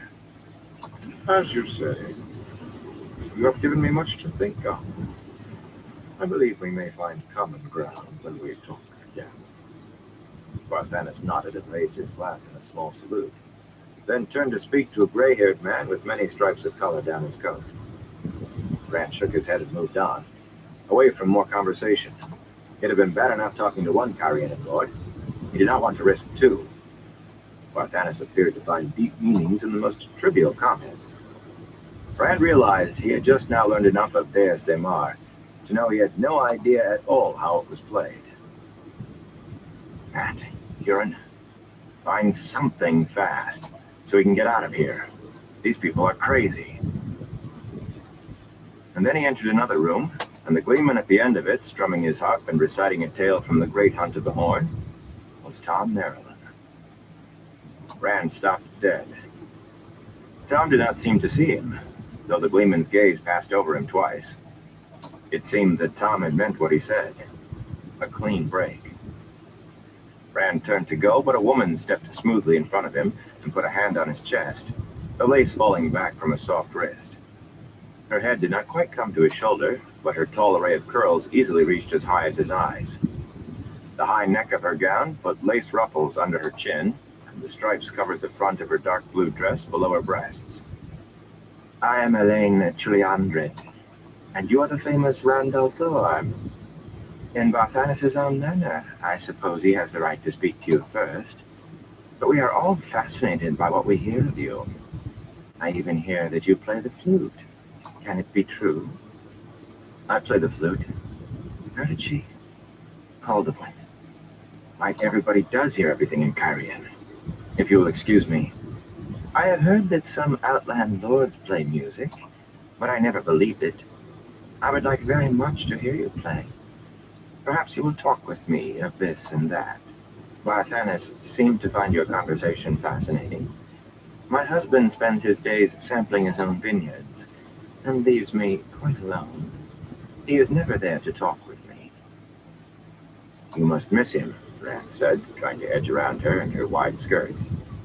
She gave a tinkling laugh, as if he had said the funniest thing in the world. Another woman sidled in beside the first, and another hand was laid on his chest. She wore as many stripes as Elaine, and they were both of an age a good 10 years older than he. Do you think to keep him to yourself, Elaine? The two women smiled at each other, while their eyes threw daggers. The second turned her smile on Rand. I am Bellavere O'Seelan. Are all Andamans so tall and so handsome? He cleared his throat. Some are as tall. Pardon me, but if you will... I saw you talking with Barthanes. They say you know I'll be Baldrian right as back. well. You must come to see me and talk. My husband is visiting our estates in the south. You have the subtlety of a tavern wench, Elaine hissed at her, and immediately was smiling up at Rand. She has no polish. No man could like a woman with a manner so rough. Bring your flute to my manor, and we will talk. Perhaps you will teach me to play. What Elaine thinks of as subtlety, Bellavere said sweetly, is but lack of courage. A man who wears a heron-marked sword must be brave. That truly is a heron-marked blade, is it not? Rand tried backing away from them. If you will just excuse me, They followed step for step until his back hit the wall. The width of their skirts together made another wall in front of him. He jumped as a third woman crowded him beside the other two, her skirts joining theirs to the wall on that side. She was older than they, but just as pretty, with an amused smile that did not lessen the sharpness of her eyes. She wore half again as many stripes as Elaine and Bellavere. They made tiny curtsies and glared at her sullenly. Are these two spiders trying to twirl you in their webs? The older woman laughed. Half the time they tangle themselves more firmly than anyone else. Come with me, my fine young men, and I will tell you some of the troubles they will give you. For one thing, I have no husband to worry about. Husbands always make trouble. Over Elaine's head, he could see Tom straightening from a bow to no applause or notice whatsoever. With a grimace, the gleeman snatched a goblet from a tray of a startled servant. I see someone I must speak to, Rand told the women, and squeezed out of the box they had put him in just as the last woman reached for his arm. All three stared after him as he hurried to the gleeman. Tom eyed him over the lip of the goblet, then took another long swallow. Tom, I know you said a clean break, but I had to get away from those women. All they wanted to talk about was their husbands being away, but they were already hinting at other things. Tom choked on his wine, and Rand slapped his back. You drink too fast and something always goes down the wrong way. Tom, they think I am plotting with Barthanes, or maybe Goldrian, and I don't think they will believe me when I say I'm not. I just needed an excuse to leave them. Tom stroked his long mustaches with one knuckle and peered across the room at the three women. They were still standing together, watching Rand and him. I recognize those three, boy. Brianna Taborwin alone would give you an education such as every man should have at least once in his life, if he can live through it. Worried about their husbands. I like that, boy. Abruptly, his eye sharpened. You told me you were clear of Aes Sedai. Half the talk here tonight is of the Andran Lord appearing with no warning and an Aes Sedai at his side. Barthanes and Goldrian. You've let the White Tower put you in the cooking pot this time. She only came yesterday, Tom, and as soon as the Horn is safe, I'll be free of them again. I mean to see to it. You sound as if it isn't safe now, Tom said slowly. You didn't sound that way before. Dark friends stole it, Tom. They brought it here. Barthanes is one of them. Tom seemed to study his wine, but his eyes darted to make sure no one was close enough to listen. More than the three women were watching them with sideways glances while pretending to talk among themselves, but every knot maintained its distance from every other. Still, Tom spoke softly. A dangerous thing to say if it isn't true. And more dangerous if it is. An accusation like that against the most powerful man in the kingdom? You say he has the horn. I suppose you're after my help again, now that you're tangled with the White Tower once more. No. He had decided Tom had been right, even if the Gleeman did not know why. He could not involve anyone else in his troubles. I just wanted to get away from those women. The Gleeman blew out his mustaches, taken aback. Well, yes, that is well. The last time I helped you, I got a limp out of it. You seem to have let yourself be tied to tarpaulin strings again. You'll have to get yourself out of it this time. He sounded as if he were trying to convince himself. I will, Tom, I will. Just as soon as the horn is safe, Matt has that bloody dagger back. Matt, Huron, where are you? As if the thought had been a summons, Huron appeared in the room, eyes searching among the lords and ladies. They looked through him. Servants did not exist unless needed. When he found Rand and Tom, he made his way between the small clusters of nobles and bowed to Rand. My lord, I was sent to tell you. Your manservant had a fall and twisted his knee. I don't know how bad, my lord. For a moment, Rand stared before he understood. Conscious of all the eyes on him, he spoke loudly enough for the nobles closest to overhear. Clumsy fool. What good is he to me if he can't walk? I suppose I'd better come see how badly he's hurt himself. It seemed to be the right thing to say. Huron sounded relieved when he bowed again and said, As my lord wishes, if my lord will follow me. You play very well at being a lord, Tom said softly. But remember this.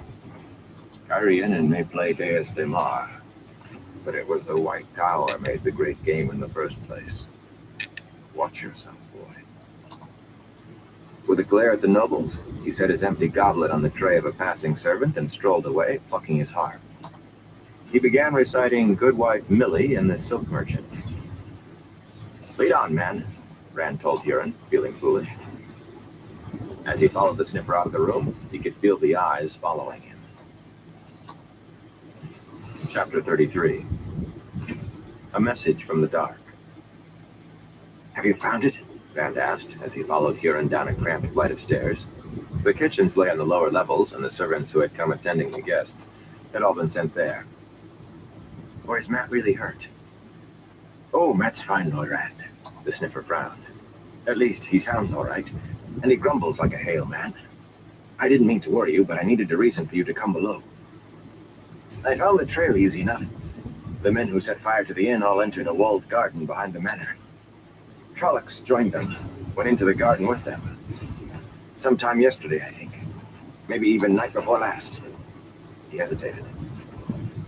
Lord Rand, they didn't come out again. They must still be in there. At the foot of the stairs, the sounds of the servants enjoying themselves drifted down the hall, laughter and singing. Someone had a bittern, strumming a raucous tune to clapping and a thump of dancing. There was no worked plaster or fine tapestries here, only bare stone and plain wood. Light in the halls came from rush torches, smoking the ceiling and spread far enough apart that the light faded between them. I'm glad you are talking to me naturally again, Rand said. The way you have been bowing and scraping, I was beginning to think you were more Kyrianen than the Kyrianen. Huron's face colored. Well, as to that. He glanced down the hall toward the noise and looked as if he wanted to spit. They all pretend to be so proper, but Lord Rand, every one of them says he's loyal to his master or mistress, but they all hint they're willing to sell what they know or have heard. And when they have a few drinks in them, they'll tell you, all whispering in your ear, things about the lords and ladies they serve that'd make your hair stand on end. I know they're Kyrianen, but I never heard of such goings-on. We will be out of here soon, Huron. Rand hoped it was true. Where is this garden? Huron turned down a side hall, leading toward the back of the manor. Did you bring Ingtar and the others down already? The sniffer shook his head. Lord Ingtar had let himself be cornered by 6 or 7 of those who call themselves ladies. I couldn't get close enough to speak to him. And Baron Zadar was with Barthanes. She gave me such a look when I came here. I never even tried to tell her. They rounded another corner just then, and there were Loyal and Matt, the ogre standing a little stooped for the lower ceiling. Loyal's grin almost split his face. There you are, Rand. I was never so glad to get away from anyone as from those people upstairs. They kept asking me if the Ogier were coming back, and if Goldrian had agreed to pay what was owed. It seems the reason all the Ogier stonemasons left is because Goldrian stopped paying them, except with promises. I kept telling them I didn't know anything about it, but half of them seemed to think that I was lying, and the other half that I was hinting at something. We'll be out of here soon, Rand assured him. Matt, are you all right? His friend's face looked more hollow-cheeked than he remembered, even back at the inn, and his cheekbones more prominent. I feel fine, Matt said grumpily, but I certainly didn't have any trouble leaving the other servants. The ones who weren't asking if you starved me thought I was sick and didn't want to come too close. Have you sensed the dagger? Rand asked. Matt shook his head glumly. The only thing I've sensed is that somebody's watching me, most of the time. These people are as bad as Fades for sneaking around. Burned me. I nearly jumped out of my skin when Huron told me he'd located the Dark Friend's trail. Rand, I can't feel it at all, and I've been through this bloody building from rafters to basement. That does not mean it isn't here, Matt. I put it in the chest with the horn, remember? Maybe that keeps you from feeling it. I don't think Fane knows how to open it, else he'd not have gone to the trouble of carrying the weight when he fled Valdara. Even that much gold isn't important beside the Horn of Valir. When we find the horn, we will find the dagger. You'll see. As long as I don't have to pretend to be your servant anymore, Matt muttered. As long as you don't go mad and... He let the words die with a twist of his mouth. Rand is not mad, Matt, Boyle said. The Carianan would never have let him in here if he were not a lord. They are the ones who are mad. I'm not mad, Rand said harshly. Not yet. Huron, show me this garden. This way, Lord Rand. They went out into the night by a small door that Rand had to duck to get through. Boyle was forced to bend over and hunch his shoulders. There was enough light in yellow pools from the windows above for Rand to make out brick walks between square flower beds. The shadows of stables and other outbuildings bulked in the darkness to either side. Occasional fragments of music drifted out from the servants below or from those entertaining their masters above. Huron led them along the walks until even the dim glow failed, and they made their way by moonlight alone, their boots crunching softly on the brick.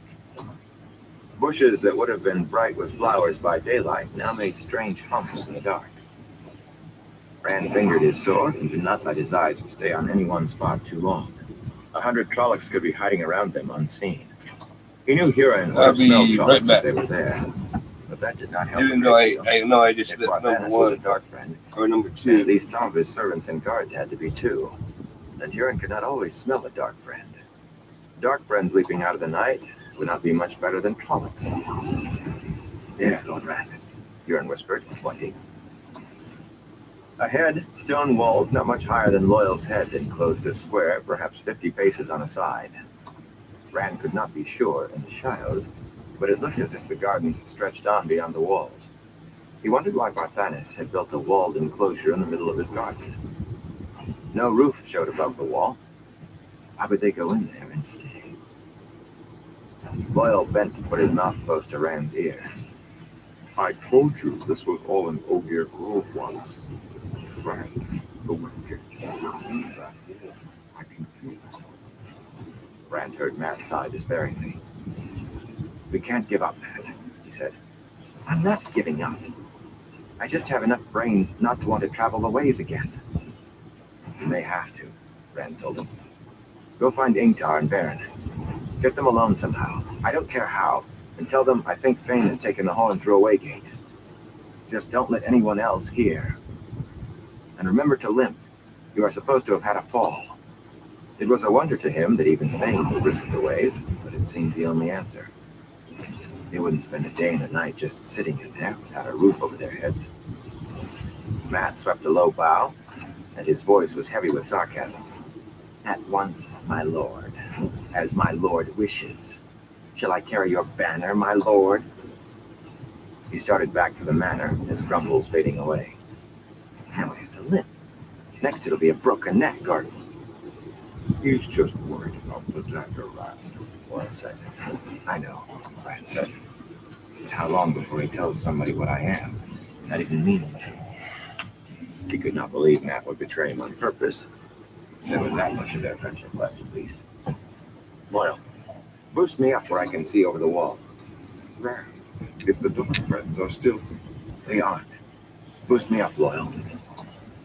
The three of them moved close to the wall, and Loyal made a stirrup with his hands for Rand's foot.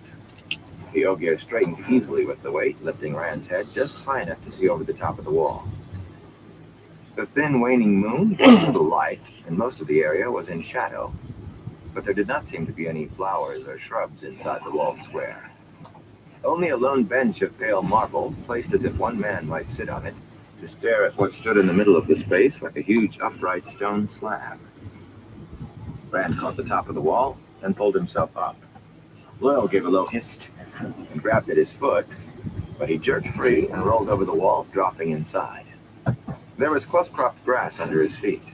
He thought vaguely that Barthanas must let sheep in at least.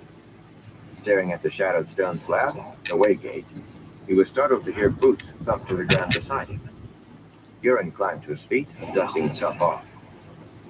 You should be careful doing that, Lord Rand. There could be anybody hiding in here, or anything. He peered into the darkness within the walls, feeling at his belt as if for the short sword and swordbreaker he had had to leave at the inn.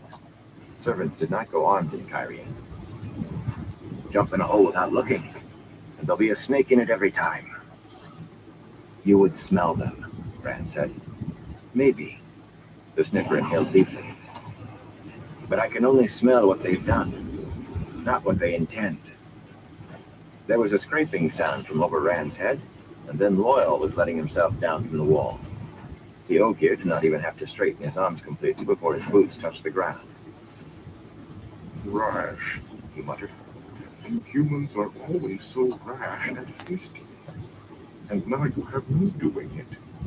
Elder Hammond would speak to me severely, and my mother. The darkness hid his face, but Rand was sure his ears were twitching vigorously. Rand, if you don't start being a little careful, you are going to get me in trouble. Rand walked to the way gate, walked all the way around it. Even close up, it looked like nothing more than a thick square of stone, taller than he was. The back was smooth and cool to the touch. He only brushed his hand against it quickly, but the front had been carved by an artist's hands. Vines, leaves, and flowers covered it, each so finely done that in the dim moonlight they seemed almost real. He felt the ground in front of it. The grass had been scraped partly away in two arcs, such as those gates would make an opening. Is that a way gate? Euron asked uncertainly. I've heard tell of them, of course, but... He sniffed the air. The trail goes right to it and stops, Lord Rand. How are we going to find them now? I've heard if you go through a way gate, you come out mad, if you come out at all. It can be done, Euron. I've done it, and Loyal and Matt and Perrin.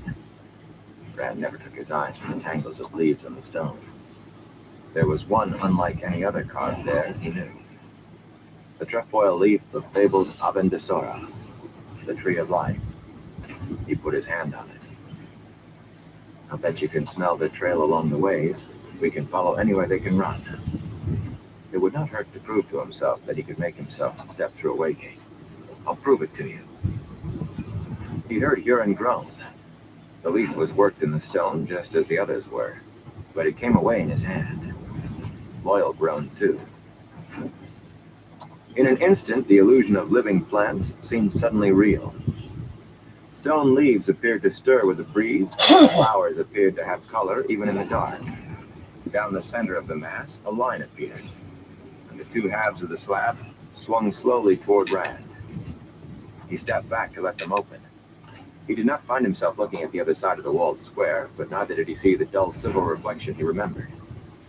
The space between the opening gates was a black so dark it seemed to make the night around it lighter. But the pitch blackness oozed out between the still moving gates. Rand leaped back with a shout, dropping the Avendesora leaf in his haste, and Loyal cried out, Marching Shin, the Black Wind! The sound of wind filled their ears. The grass stirred in ripples toward the walls, and dirt swirled up, sucked into the air. And in the wind, 1,000 insane voices seemed to cry. 10,000, overlapping, drowning each other. Rand could make out some of them, though he tried not to. Blood so sweet. So sweet to drink the blood that drips, drips, drops so red. Pretty eyes, fine eyes. I have no eyes. Pluck the eyes from out of your head. Grind your bones. Split your bones inside your flesh. Suck your marrow while you scream. Scream, scream. Singing screams. Sing your screams. Worst of all, a whispering thread through all the rest. Ulthor, Ulthor, Ulthor. Rand found the void around him and embraced it, never minding the tantalizing, sickening glow of Zidine just out of his sight. Greatest of all the dangers along the ways was the black wind that took the souls of those it killed and drove mad those it let live. But Machin Shin was a part of the ways. It could not leave them. Only it was flowing into the night, and the black wind called his name. The waygate was not yet fully open. If they could only put the Aventador back. He saw Loyal scrambling on his hands and knees, fumbling and searching the grass in the darkness. Zidine filled him. He felt as if his bones were vibrating. Felt the red-hot, ice-cold flow of the one power. Felt truly alive as he never was without it. Felt the oil-slick taint. No. And suddenly he screamed back at himself from beyond the emptiness. It's coming for you. It'll kill all of us. He hurled it all at the black bulge, standing out a full span from the waygate now. He did not know what it was that he hurled or how, but in the heart of that darkness bloomed a coruscating fountain of light. The black wind shrieked, 10,000 wordless howls of agony. Slowly, giving way inch by reluctant inch, the bulge lessened. Slowly the oozing reversed, back into the still open waygate. The power raced through Rand in a torrent. He could feel the link between himself and Zidine, like a river in flood. Between himself and the pure power blazing in the heart of the black wind, a raging cataract. The heat inside him went to white heat and beyond, to a shimmer that would have melted stone and vaporized steel, and made the air burst into flame. The cold grew till the breath in his lungs should have frozen solid and hard as metal. He could feel it overwhelming him, feel life eroding like a soft clay riverbank. Feel what was him wearing away. Stop. If it gets out, I have to kill it. I cannot stop. Desperately, he clung to fragments of himself. The one power roared through him. He rode it like a chip of wood in rapids. The void began to melt and flow. The emptiness steamed with freezing cold.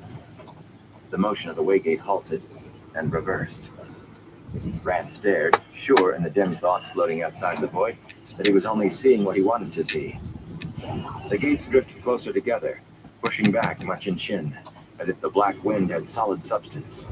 The inferno still roared in its breast. With a vague, distant wondering, Rand saw Loyal, still on hands and knees, backing away from the closing gates. The gap narrowed, vanished. The leaves and vines merged into a solid wall and were stone. Rand felt the link between him and the fire snap, the flow of power through him cease. A moment more, and it would have swept him away completely. Shaking, he dropped to his knees. It was still there inside, Zidine. No longer flowing, but there in a pool. He was a pool of the one power. He trembled with it. He could smell the grass, the dirt beneath, the stone of the walls. Even in the darkness, he could see each blade of grass separate and whole, all of them at once. He could feel each minute stirring of the air on his face. His tongue curdled with the taste of the taint. His stomach knotted and spasmed. Frantically, he clawed his way out of the void. Still on his knees, not moving, he fought free. And then all that was left was the fading foulness on his tongue, the cramping in his stomach, and the memory. So alive. You saved us, Builder. Euron had his back pressed against the wall, and his voice was hoarse. That thing, that was the black wind. It was worse than... Was it going to hurl that fire at us? Lord Rand, did it harm you? Did it touch you? He came running as Rand got to his feet, helping him the last bit. Loyal was getting up too, dusting his hands and his knees. We'll never follow Fane through that. Rand touched Loyal's arm. Thank you.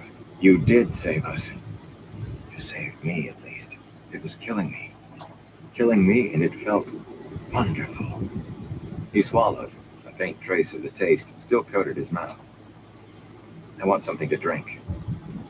I only found the leaf and put it back, Loyal said, shrugging. It seemed that if we could not get the way gate closed, it would kill us. I am afraid I'm not a very good hero, Rand.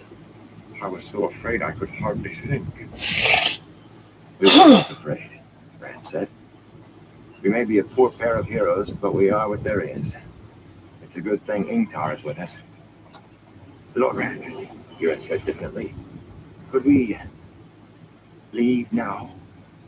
The sniffer made a fuss about Rand going over the wall first without knowing who was waiting outside, until Rand pointed out that he had the only weapon among them. Even then, Huron did not seem to like letting Loyal lift Rand to catch the top of the wall and pull himself over. Rand landed on his feet with a thud, listening and peering into the night.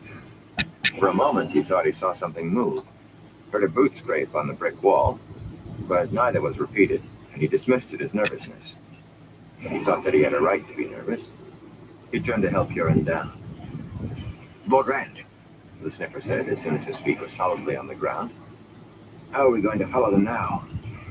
From what I've heard of those things, the whole lot of them could be halfway across the world by now, in any direction. Baron will know a way. Rand suddenly wanted to find the horn and the dagger, if they could be found now. He had to go back to the Aes Sedai. They had let him loose, and now he had to go back. I won't let Matt die without trying. Loyal joined them, and they went back toward the manor, to be met at the small door by Matt, who opened it just as Rand reached for the handle. Baron says you're not to do anything. If Huron's found where the horn is kept, then she says that's all we can do now. She says we'll leave as soon as you come back and make a plan. And I say, this is the last time I go running back and forth with messages. If you want to say something to somebody, you can talk to them yourself from now on. Matt peered past them into the darkness. Is the horn out there somewhere? In an outbuilding? Did you see the dagger? Rand turned him around and got him back inside. It isn't in an outbuilding, Matt. I hope Baron has a good idea of what to do now. I don't have any. Matt looked as if he wanted to ask questions, but he let himself be pushed along the dimly lit corridor. He even remembered to limp as they started upstairs. When Rand and the others re-entered the rooms filled with nobles, they received a number of looks. Rand wondered if they somehow knew something of what had happened outside, or if he should have sent Huron and Matt to the front hall to wait. But then he realized the looks were no different from what they had been before, curious and calculating, wondering what the Lord and the Ogier had been up to. Servants were invisible to these people. No one tried to approach them, since they were together. It seemed there were protocols to conspiracy in the Great Game. Anyone might try to listen to a private conversation, but they would not intrude on it.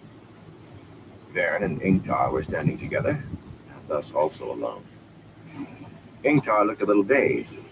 Baron gave Rand and the other three a brief glance, frowned at their expressions, and then resettled her shawl, and started for the entry hall. As they reached it, Barthanas appeared as if someone had told him they were leaving. You go so soon. Baron Sedai, Can I not entreat you to stay longer? Baron shook her head. We must go, Lord Barthanas. I've not been in Kyrian in some years. I was glad of your invitation to young Rand. It has been interesting. Then Grace see you safely to your inn. The great tree, is it not? Perhaps you will favor me with your presence again. You would honor me, Baron Sedai, and you, Lord Rand, and you, Lord Ingtar, not to mention you, Loyal, son of Arend, son of Holland. His bow was a little deeper for the Aes Sedai than for the others, but still no more than a slight inclination. Baron nodded in acknowledgement. Perhaps.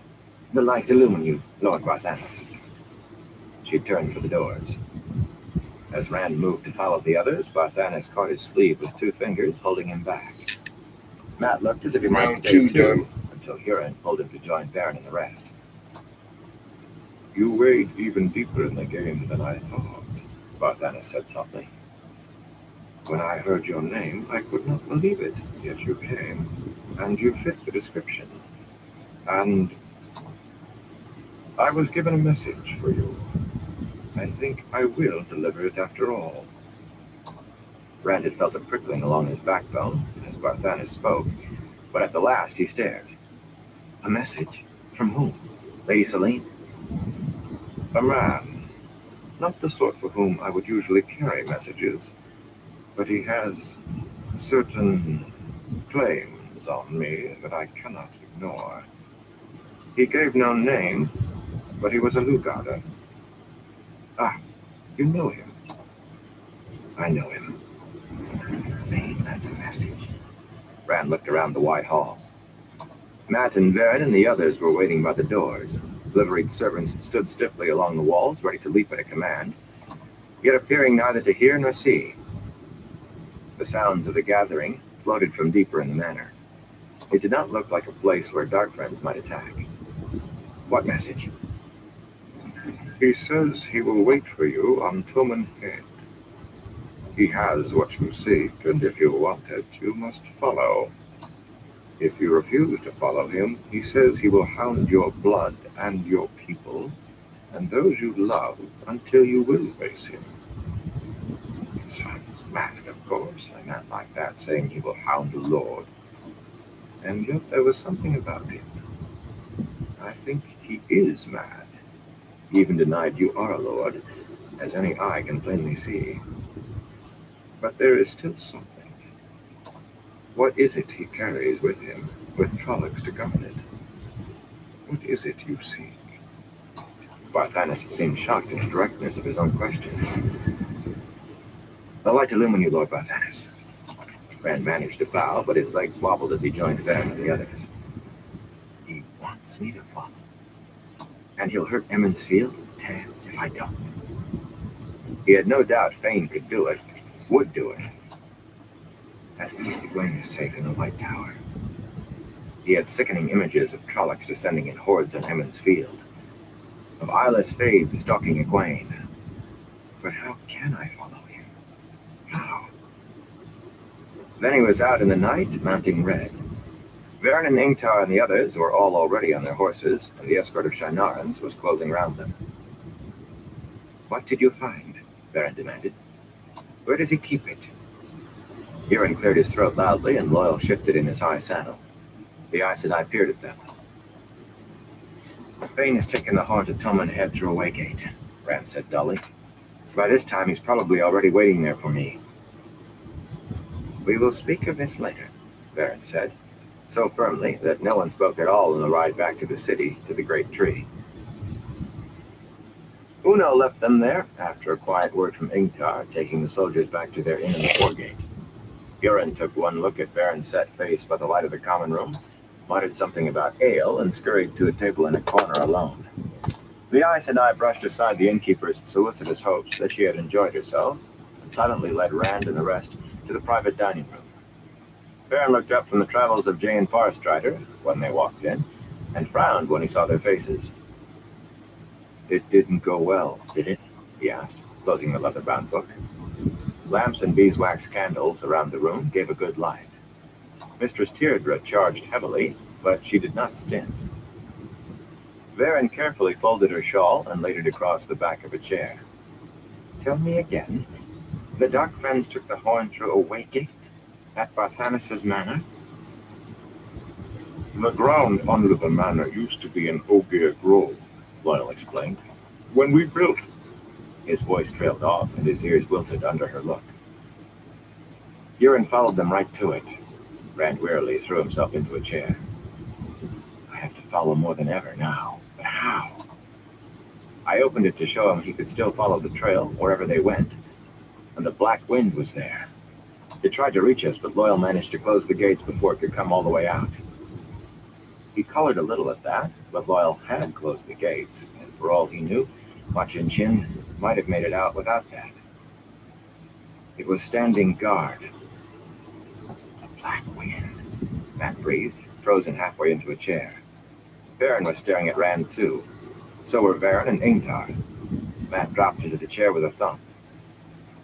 You must be mistaken, Varen said at last. Machin Shin could not be used as a guard. No one can constrain the Black Wind to do anything. It's a creature of the Dark One, Matt said numbly. They're dark friends. Maybe they knew how to ask it for help or make it help. No one knows exactly what Machin Shin is, Varen said, unless perhaps it is the essence of madness and cruelty. It cannot be reasoned with, Matt, or bargained with, or talked to. It cannot even be forced, not by any Aes Sedai living today, and perhaps not by any who ever lived. Do you really think Padam Thing could do what 10 Aes Sedai could not? Matt shook his head. There was an air of despair in the room, of hope and purpose lost. The goal they had sought had vanished, and even Varen's face wore a floundering expression. I'd never have thought Fane had the courage for the ways. Ingtar sounded almost mild, but suddenly he banged his fist against the wall. I do not care how, or even if, Machin Shin works on Fane's behalf. They have taken the Hona Valir into the ways, Aes Sedai. By now, they could be in the Blight, or halfway to Tyr, or Tanchico, or the other side of the Aiel Waste. The Hona is lost. I am lost. His hands dropped to his sides and his shoulders slumped. I am lost. Fane is taking it to Toman Head, Rand said, and was immediately the object of all eyes again. Varen studied him narrowly. You said that before. How do you know? He left a message with Barthanes, Rand said. A trick, Ingtar sneered. He'd not tell us where to follow. I don't know what the rest of you are going to do, Rand said, but I am going to Toman Head. I have to. I leave at first light. But Rand, Loyal said, it will take us months to reach Toman Head. What makes you think Fane will wait there for us? He will wait. But how long before he decides I'm not coming? Why did he set that guard if he wants me to follow? Loyal, I mean to ride as hard as I can, and if I ride Red to death, I'll buy another horse or steal another, if I have to. Are you sure you want to come? I've stayed with you this long, Rand. Why would I stop now? Loyal pulled out his pipe and pouch and began thumbing tobacco into the big bowl. You see, I like you. I would like you even if you weren't Tabira. Maybe I like you despite it. You do seem to get me neck deep in hot water. In any case, I am going with you. He sucked on the pipe stem to test the draw, then took a splinter from the stone jar on the mantel and thrust it into a candle flame for a light. And I don't think you can really stop me. Well, I'm going, Matt said. Fane still has that dagger, so I'm going. But all that servant business ended tonight. Varen sighed, an introspective look in his yellow eyes. I suppose I'll come along too. After a moment, he grinned. Somebody has to keep Matt out of trouble. Not even a clever trick, Ingtar muttered. Somehow, I'll get Barthanes alone, and I will learn the truth. I mean to have the Hona Valir, not chase Jack-o'-the-Wisps. It may not be a trick, Varen said carefully, seeming to study the floor under her toes. There were certainly things left in the dungeons at Valdara. Writings that indicated a connection between what happened that night and... She gave Rand a quick glance under lowered brows. Toman Head. Hell yeah. I still do not understand them completely, but I believe we must go to Toman Head, and I believe we will find the horn there. Even if they are going to Toman Head, Ingtar said, by the time we reach it, Fane or one of the other dark friends could have blown the horn 100 times, and the heroes returned from the grave will ride for the shadow. Fane could have blown the horn 100 times since leaving Valdara, Varen told him, and I think he would have if he could open the chest. What we must worry about is that he might find someone who does know how to open it. We must follow him along the ways. Varen's head came up sharply, and Matt shifted in his chair. Loyal gave a low moan. Even if we could somehow sneak past Barthanes' guards, Rand said, I think we'll find Machin Shin still there. We cannot use the ways. How many of us could sneak onto Barthanus' grounds, Baron said dismissively. There are other waygates. Steading Tsofu lies not far from the city, south and east. It is a young steading, rediscovered only perhaps 600 years ago. But the Ogier elders were still growing the ways then. Steading Tsofu will have a waygate. It is there, and we will ride at first light. Loyal made a slightly louder sound, and Rand was not sure whether it referred to the waygate or the steading.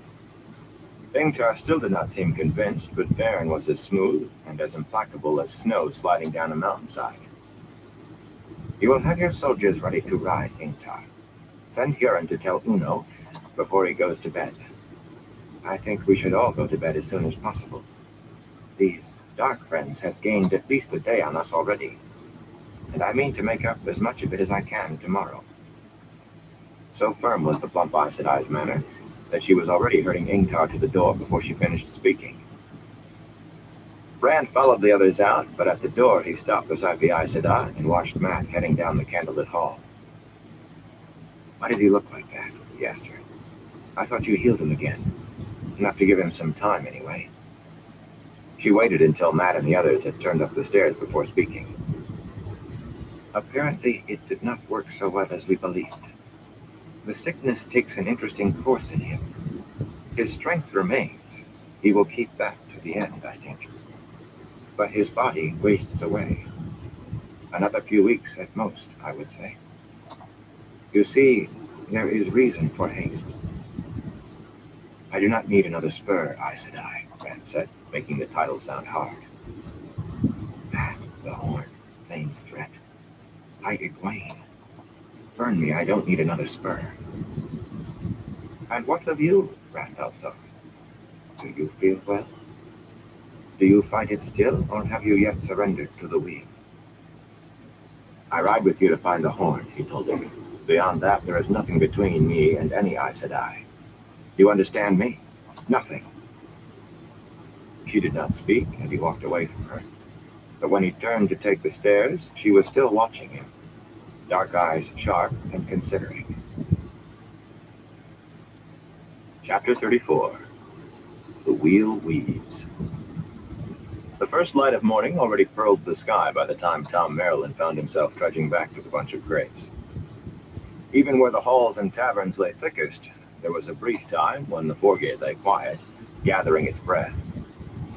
In his present mood, Tom would not have noticed if the empty street had been on fire. Some of Barthanus' guests had insisted on keeping him long after most had gone, long after Barthanus had taken himself to bed. It had been his own fault for leaving the great hunt of the horn, changing to the sort of tales he told and songs he sang in the villages. Mara and the Three Foolish Kings, and how Susa tamed Chaean Farstrider, and stories of Anla, the wise counselor.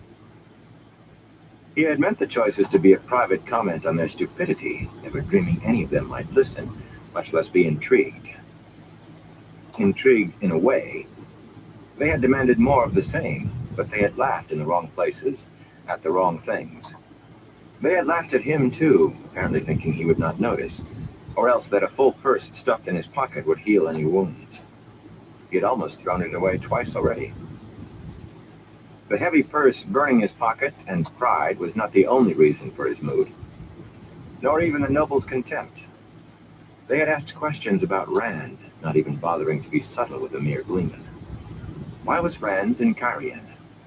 Why had an Andoran lord taken him, a gleeman, aside? Too many questions. He was not sure his answers had been clever enough. His reflexes for the great game were rusty. Before turning toward the bunch of grapes, he had gone to the great tree.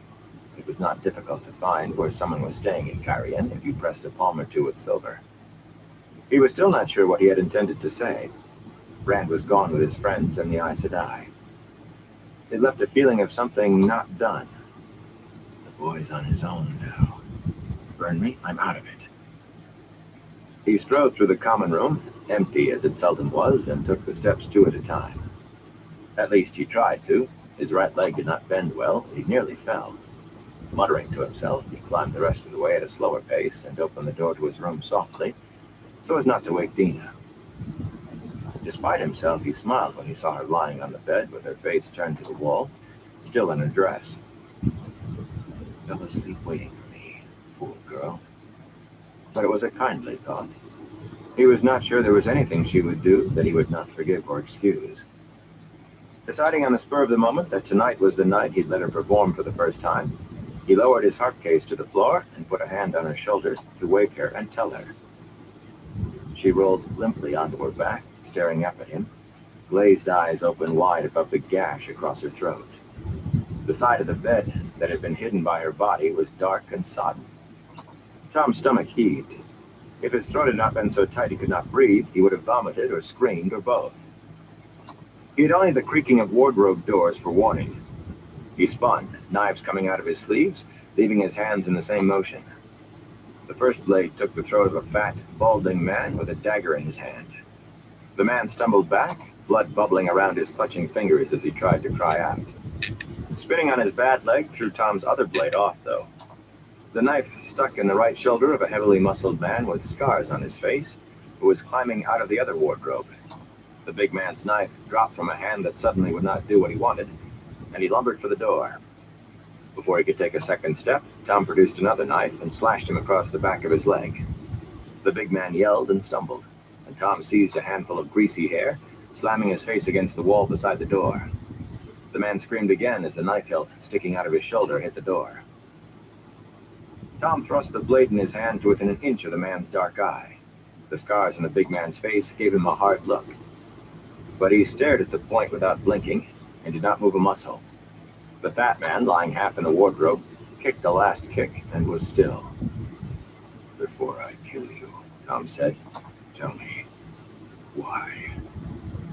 His voice was quiet, numb. He felt numb inside. "A great game," the man said quickly.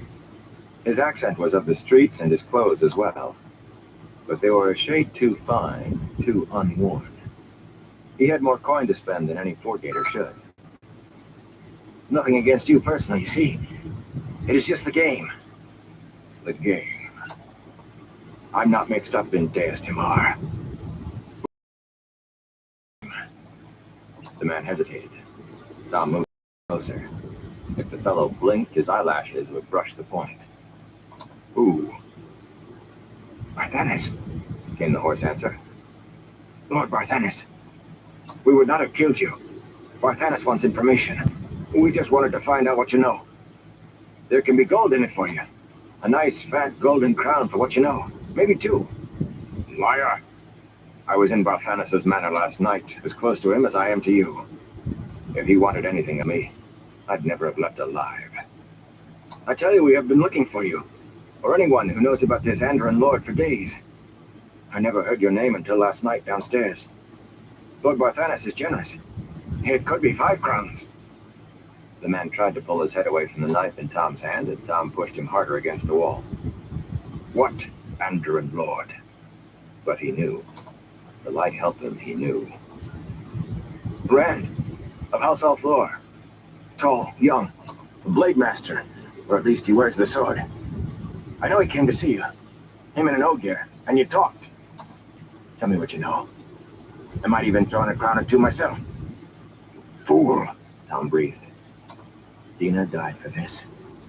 All right, she's dead." He felt as if he wanted to cry. "The boy's a shepherd. A shepherd in a fancy coat with Aes Sedai around him like bees around honey roses. Just a shepherd." He tightened his grip in the man's hair. Wait! You can make more than any 5 crowns, or even 10. 100 more like. Every house wants to know about this Rand al'Thor. 2 or 3 have approached me. With what you know and my knowing who wants to know it, we could both fill our pockets. And there's been a woman, a lady, I have seen more than once while asking after him. If we can find out who she is, why, we could sell that too." "You've made one real mistake in it all," Tom said. "Mistake?" The man's far hand was beginning to slide down toward his belt. No doubt he had another dagger there. Tom ignored it. "You should never have touched the girl." The man's hand darted for his belt. Then he gave one convulsive start as Tom's knife went home. Tom let him fall over away from the door and stood a moment before bending tiredly to tug his blades free. The door banged open, and he whirled with a snarl on his face. Zara jerked back, a hand to her throat, staring at him. "That fool Ella just told me," she said unsteadily. "The two of Barthanes' men were asking after you last night, and with what I've heard this morning, I thought you said you didn't play in the game anymore." "They found me," he said wearily. Her eyes dropped from his face and widened as they took in the bodies of the two men. Hastily, she stepped into the room, shutting the door behind her. "This is bad, Tom. You'll have to leave Kyrian."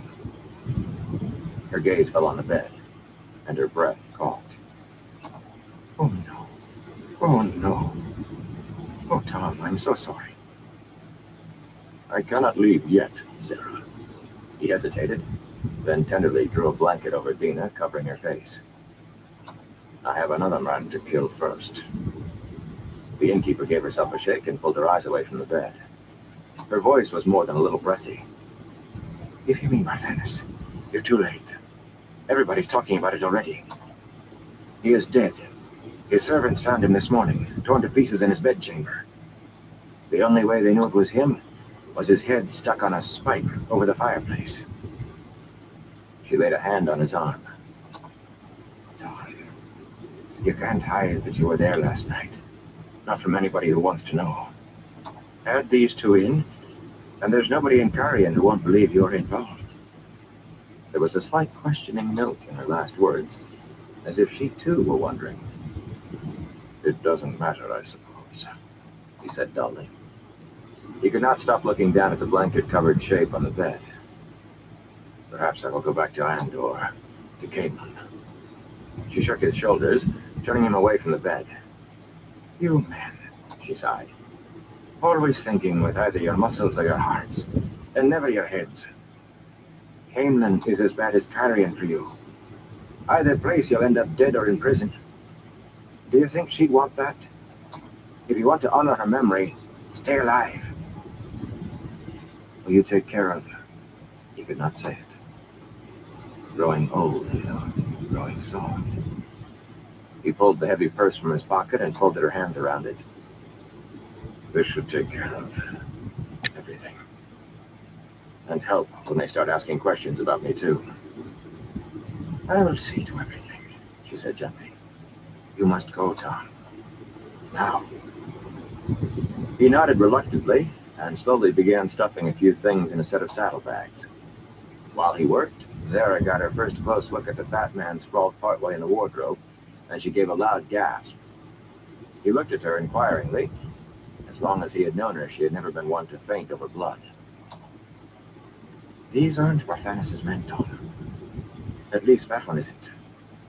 She nodded toward the fat man. "It's the worst-kept secret in Kyrian that he works for House Rioton. A Galdrian." "Galdrian," he said flatly. "What has that bloody shepherd got me into? What have the Aes Sedai gotten us both into?" But it was Galdrian's men murdered her. There must have been something of his thoughts on his face. Zara said sharply, "Dina wants you alive, you fool. You try to kill the king, and you'll be dead before you get within 100 spans of him, if you come that close." A roar came from within the city walls, as if half of Kyrian were shouting. Frowning, Tom peered from his window. Beyond the top of the gray walls, above the rooftops of the foregate, a thick column of smoke was rising into the sky, far beyond the walls. Beside the first black pillar, a few gray tendrils quickly grew into another, and more wisps appeared further on. He estimated the distance and took a deep breath. "Perhaps you had better think of leaving too. It looks as if someone is firing the granaries." "I have lived through riots before. Go now, Tom." With a last look at Dina's shrouded form, he gathered his things, but as he started to leave, Zara spoke again. "You have a dangerous look in your eyes, Tom Maryland. Imagine Dina sitting here, alive and hale. Think what she would say. Would she let you go off and get yourself killed to no purpose?" "I am only an old gleeman," he said from the door. "And Randolph Thor is only a shepherd. But we both do what we must. Who could I possibly be dangerous to?" As he pulled the door to, hiding Dina, A mirthless, wolfish grin came onto his face. His leg hurt, but he barely felt it as he turned purposefully down the stairs and out of the inn. Faran Thane reined in his horse atop a hill above Falma, in one of the few sparse thickets remaining on the hills outside the town. The pack horse bearing his precious burden bumped his leg, and he kicked it in the ribs without looking. The animal snorted and jerked back to the end of the lead he had tied to his saddle. The woman had not wanted to give up her horse. No more than any of the dark friends who had followed him had wanted to be left alone in the hills with the Trollocs without Fane's protecting presence. He had solved both problems easily. Meat in a Trolloc cookpot had no need of a horse. The woman's companions had been shaken by the journey along the ways to a waygate outside a long-abandoned steading on Toman Head. And watching the Trollocs prepare their dinner had made the surviving dark friends extremely biddable. From the edge of the trees, Fane studied the unwalled town and sneered. One short merchant train was rumbling in among the stables and horse lots and wagon yards that bordered the town, while another rumbled out, raising little dust from dirt packed by many years of such traffic. The men driving the wagons and the few riding beside them were all local men by their clothing, yet the mounted men at least had swords on baldricks, and even a few spears and bows. The soldiers he saw, and there were few, did not seem to be watching the armed men they had supposedly conquered. He had learned something of these people, these Seanchan, in his day and the night on Toman Head, at least as much as the defeated folk knew. It was never hard to find someone alone, and they always answered questions properly put. Men gathered more information on the invaders, as if they actually believed they would eventually do something with what they knew, but they sometimes tried to hold back. Women, by and large, seemed interested in going on with their lives, whoever their rulers were. Yet they noted details men did not, and they talked more quickly once they stopped screaming. Children talked the quickest of all, but they seldom said much that was worthwhile. He had discarded 3/4 of what he had heard as nonsense and rumors growing into fables, but he took some of those conclusions back now. Anyone at all could enter Falma, it appeared. With a start, he saw the truth of a little more nonsense as 20 soldiers rode out of town. He could not make out their mounts clearly, but they were certainly not horses. They ran with a fluid grace, and their dark skins seemed to have a glint in the morning sun, as of scales. He craned his neck to watch them disappear inland, then booted his horse toward the town. The local folk among the stables and parked wagons and fenced horse lots gave him no more than a glance or two. He had no interest in them either. He rode on into the town, onto its cobblestone streets sloping down to the harbor. He could see the harbor clearly, and the large, oddly shaped Seanchan ships anchored there. Alright, everyone. We got to call into this life for tonight.